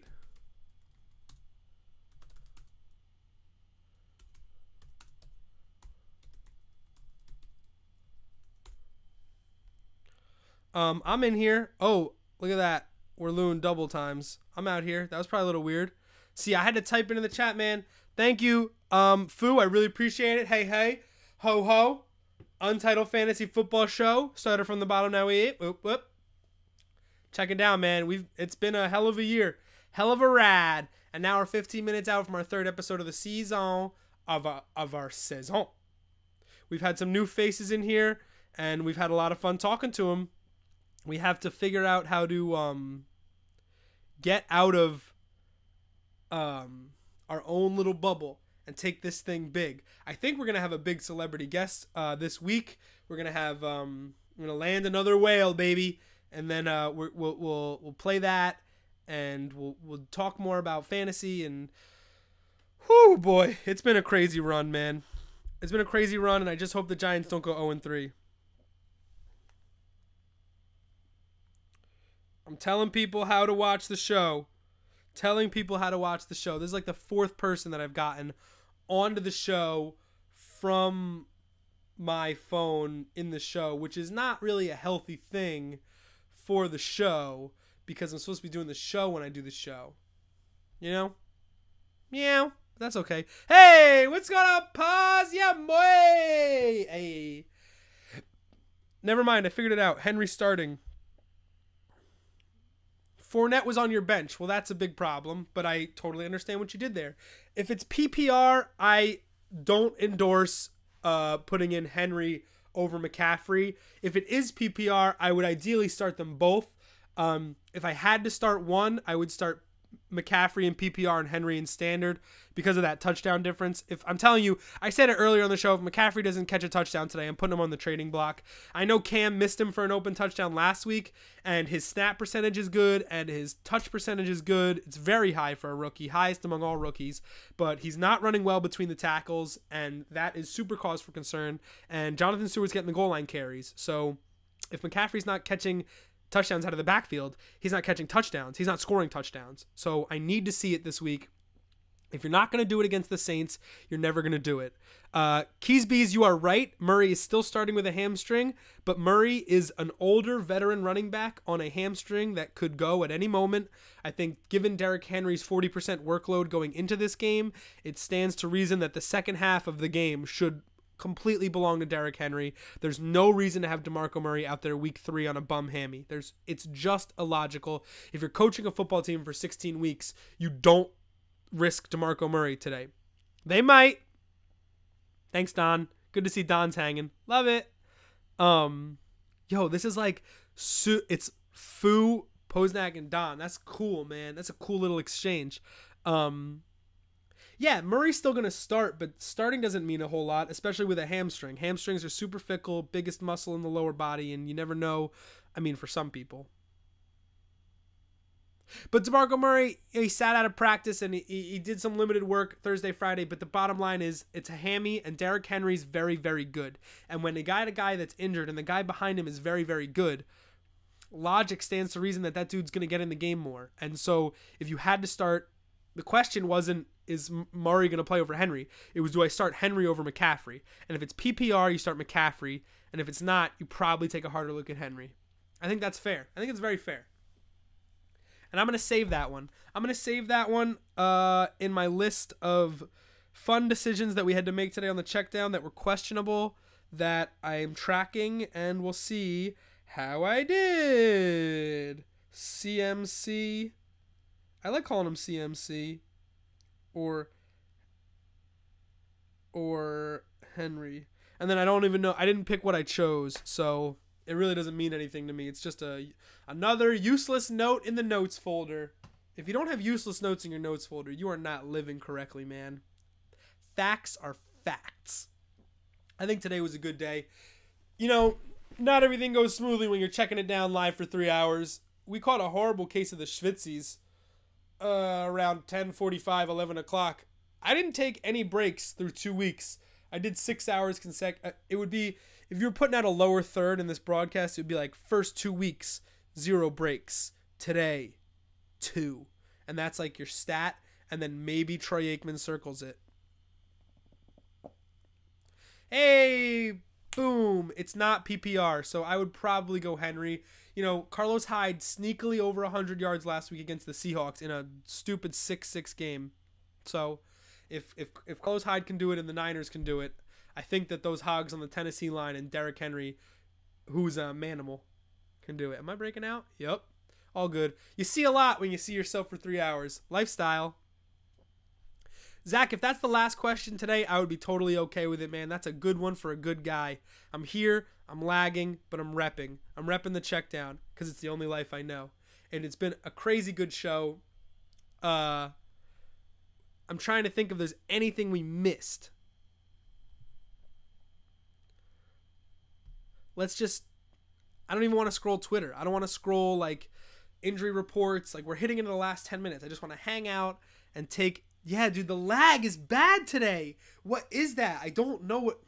I'm going to type and then count how long it takes to appear in my chat. Okay, I typed it. 1, 2... It shows up instantly in that chat. But where does it show up in the actual chat? I'm counting in my head. It's crazy because I'm not... You know, Facebook Live is super simple. YouTube Live is a little bit more involved and technical. And wow, the lag post didn't even get there. Oh man, we are way far behind live. I'm very sorry, guys. I'm trying to react appropriately. Damn, that's crazy. Because it's so instant in my window. And then I don't pop over. Even the lag comment. You think the crawl's slowing me? I think I just got too much going on today. I think when you talk about, like, I got mad graphical stuff here with my Bill Lazor 5 Fast Facts. If you didn't see this, we did 5 Fast Facts. Heavy.com is known for 5 Fast Facts. We did Bill Lazor. There was supposed to be a joke here. We were supposed to do, who the bleep is Bill Lazor, and then we class it up. We class it up and we change it to Bill Lazor 5 Fast Facts you need to know. I'm just dumping jokes because we did them. We were supposed to do them and we didn't do them. But we got to fix that. We got to fix the speed here. We got to fix our bit rate. I'm willing to ugh this up. I'm willing to not be so detailed on this. And it's a sacrifice for some more responsiveness here with the chat. Because I don't want people waiting around for a minute here with my chat. That's crazy. Or not even be able to type at all. That's what's really frustrating. Odell Beckham, one-handed catch during warm-ups. It's on.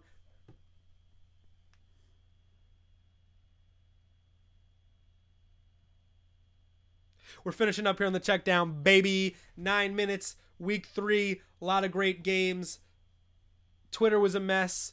We're still getting We get some people from Twitter every week. We get a couple of people straggle in, and I love that. I love that. I really want to pick it up, though. I really want to tell 2 people, have them 2 people have to wake up early next week. Yeah, I bet you are fighting a vicious hangover. At the same time, what about me? What about me? Your boy worked 5 to 2 on Friday, 12 to 12 on Saturday. Now I'm out here checking it down for the people. Oh, nice. Nice. Rivalry in the chat. Yeah, Zach's a Spurs fan. He doesn't like winning too much, but we keep him around because we love him. Wow.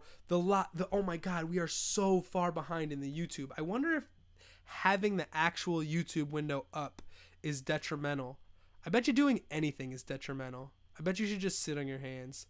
But it's like, it's tough because like there's a lot going on, and I got to be on top of it, and I don't know how fast things are coming through, and I want to react quick for you guys. That's the thing, is like, I want to ask your question. I want to ask questions. I want to answer your questions as quick as possible, but at the same time, why not take my time and be slow? Because you're going to type it, and then you're going to have to wait a minute for me to see it, and then another minute for me to answer it. It's got to be so frustrating. Can Walken rant about Game of Thrones? Dude, we're trying to get Walken on the show, but he's dragging ass. So whenever Walken wants to step his game up, I'm so out here for that. It's been a pleasure, ladies and gentlemen. Yo, we're getting multiple celebrities in the next 7 days. I promise you. Your boy's working the phones like a good, like Boiler Room. Remember Boiler Room? With all the phones and they're selling stuff? That's me. I'm working for Boiler Room Incorporated. Hey, what's up with Florida State, though? They trash? Just a question. Just a question. Their run defense looked really bad, man. And yet they still had a chance. Unbelievable, they still had a chance. And they got beat on that 3rd down stretch. How do I know? Because I took it. Down 7 at home at the half, -7 in the second half. Vegas destroyed on that one. Way up on them. Paul Tagliabue is in it. Paul flippin' Tagliabue calling out Trump. We need Tagliabue. Oh, Crowell or Gillisley need help ASAP. Sorry, Purple Haze. Okay, by the time you see this, you only have 3 minutes to put it in, but I do think Crowell is the biggest. Take it down then. Crowell is the best one of the 2. Crowell is much more likely to see more volume of carries, and I think the script against the Colts favors him better. Gillisley, you're playing for touchdowns. You're playing for multiples of 6.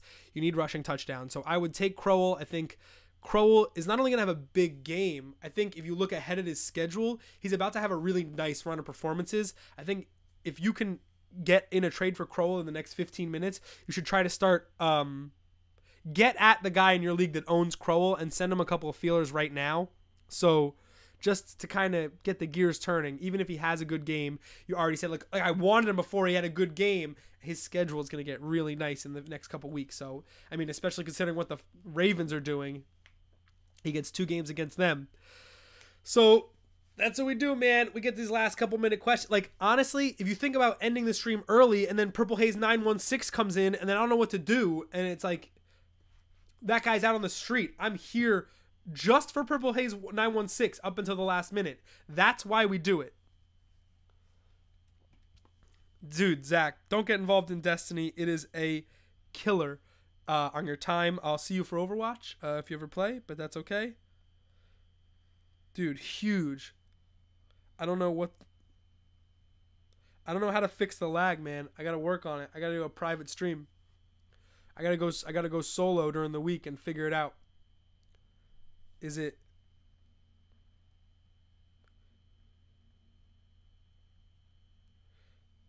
There's a big difference between like skipping and lagging and just delayed. Like if it's just delayed, that's probably a bitrate thing that we can fix. If it's skipping, that's like OBS is really pulling weight here, and we're trying to make it. OBS is the software we use to make the show look pretty. Dude, Florida State hasn't lost. It was the first time they lost back-to-back games in 77 games. That's a lot of football games. The Blackman didn't even look that bad. They were like, oh, you took a freshman quarterback? Blackman was not the reason they lost that game at all. That's bullshit. The run defense was atrocious. And the penalties.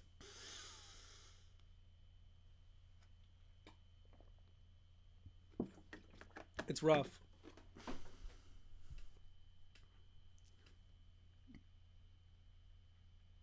We try, man. Starting quarterback is out. O-line isn't good. The O-line definitely isn't good. That's the rough one, man. If I go here, if I go to the show schedule in the last couple minutes, does the chat get better? Does the chat improve? Does the bit rate go down? I don't think it does. I think the CPU's just eating, man. I don't know what else we're doing here. But I know that my CPU's cranking and we're hitting 3 hours. So it's like, I like that we're ending the show with like, let's figure out why this show wasn't good. I'm just kidding. I had a great time. I don't care. And we did a lot of good advice today. We helped a lot of people with their lineup. And it's tough. Figure this out. And the MacBook is running this whole thing. So props to my MacBook, because if the MacBook goes, the show goes. That's it. So I hope you guys are invested in that. Yeah, we are struggling. Storage is good. It's crazy. I just burped into the microphone out here. I don't need a service update. I don't... It's crazy because, like, everything else is right. We're on the right Wi-Fi.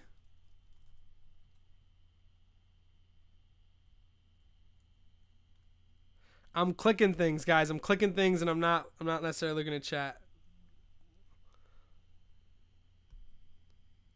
Oh, PS4, man. Pause, you're killing me. If you ever want to talk about Overwatch, if you ever want to complain, you get at me. I'm so here for that all the time.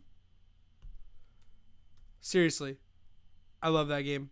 Michigan winning the national title. You know their quarterback got hospitalized last night, right? Just throwing that out there. It's a thing that happens to quarterbacks that get hit in the chest and don't get blocked. Okay, encoding overloaded. Consider turning down video settings or using a faster encoding preset. Turning down video settings or use a faster encoder preset. Like, that's what it says that now. Turning down video settings or use a faster encoding preset.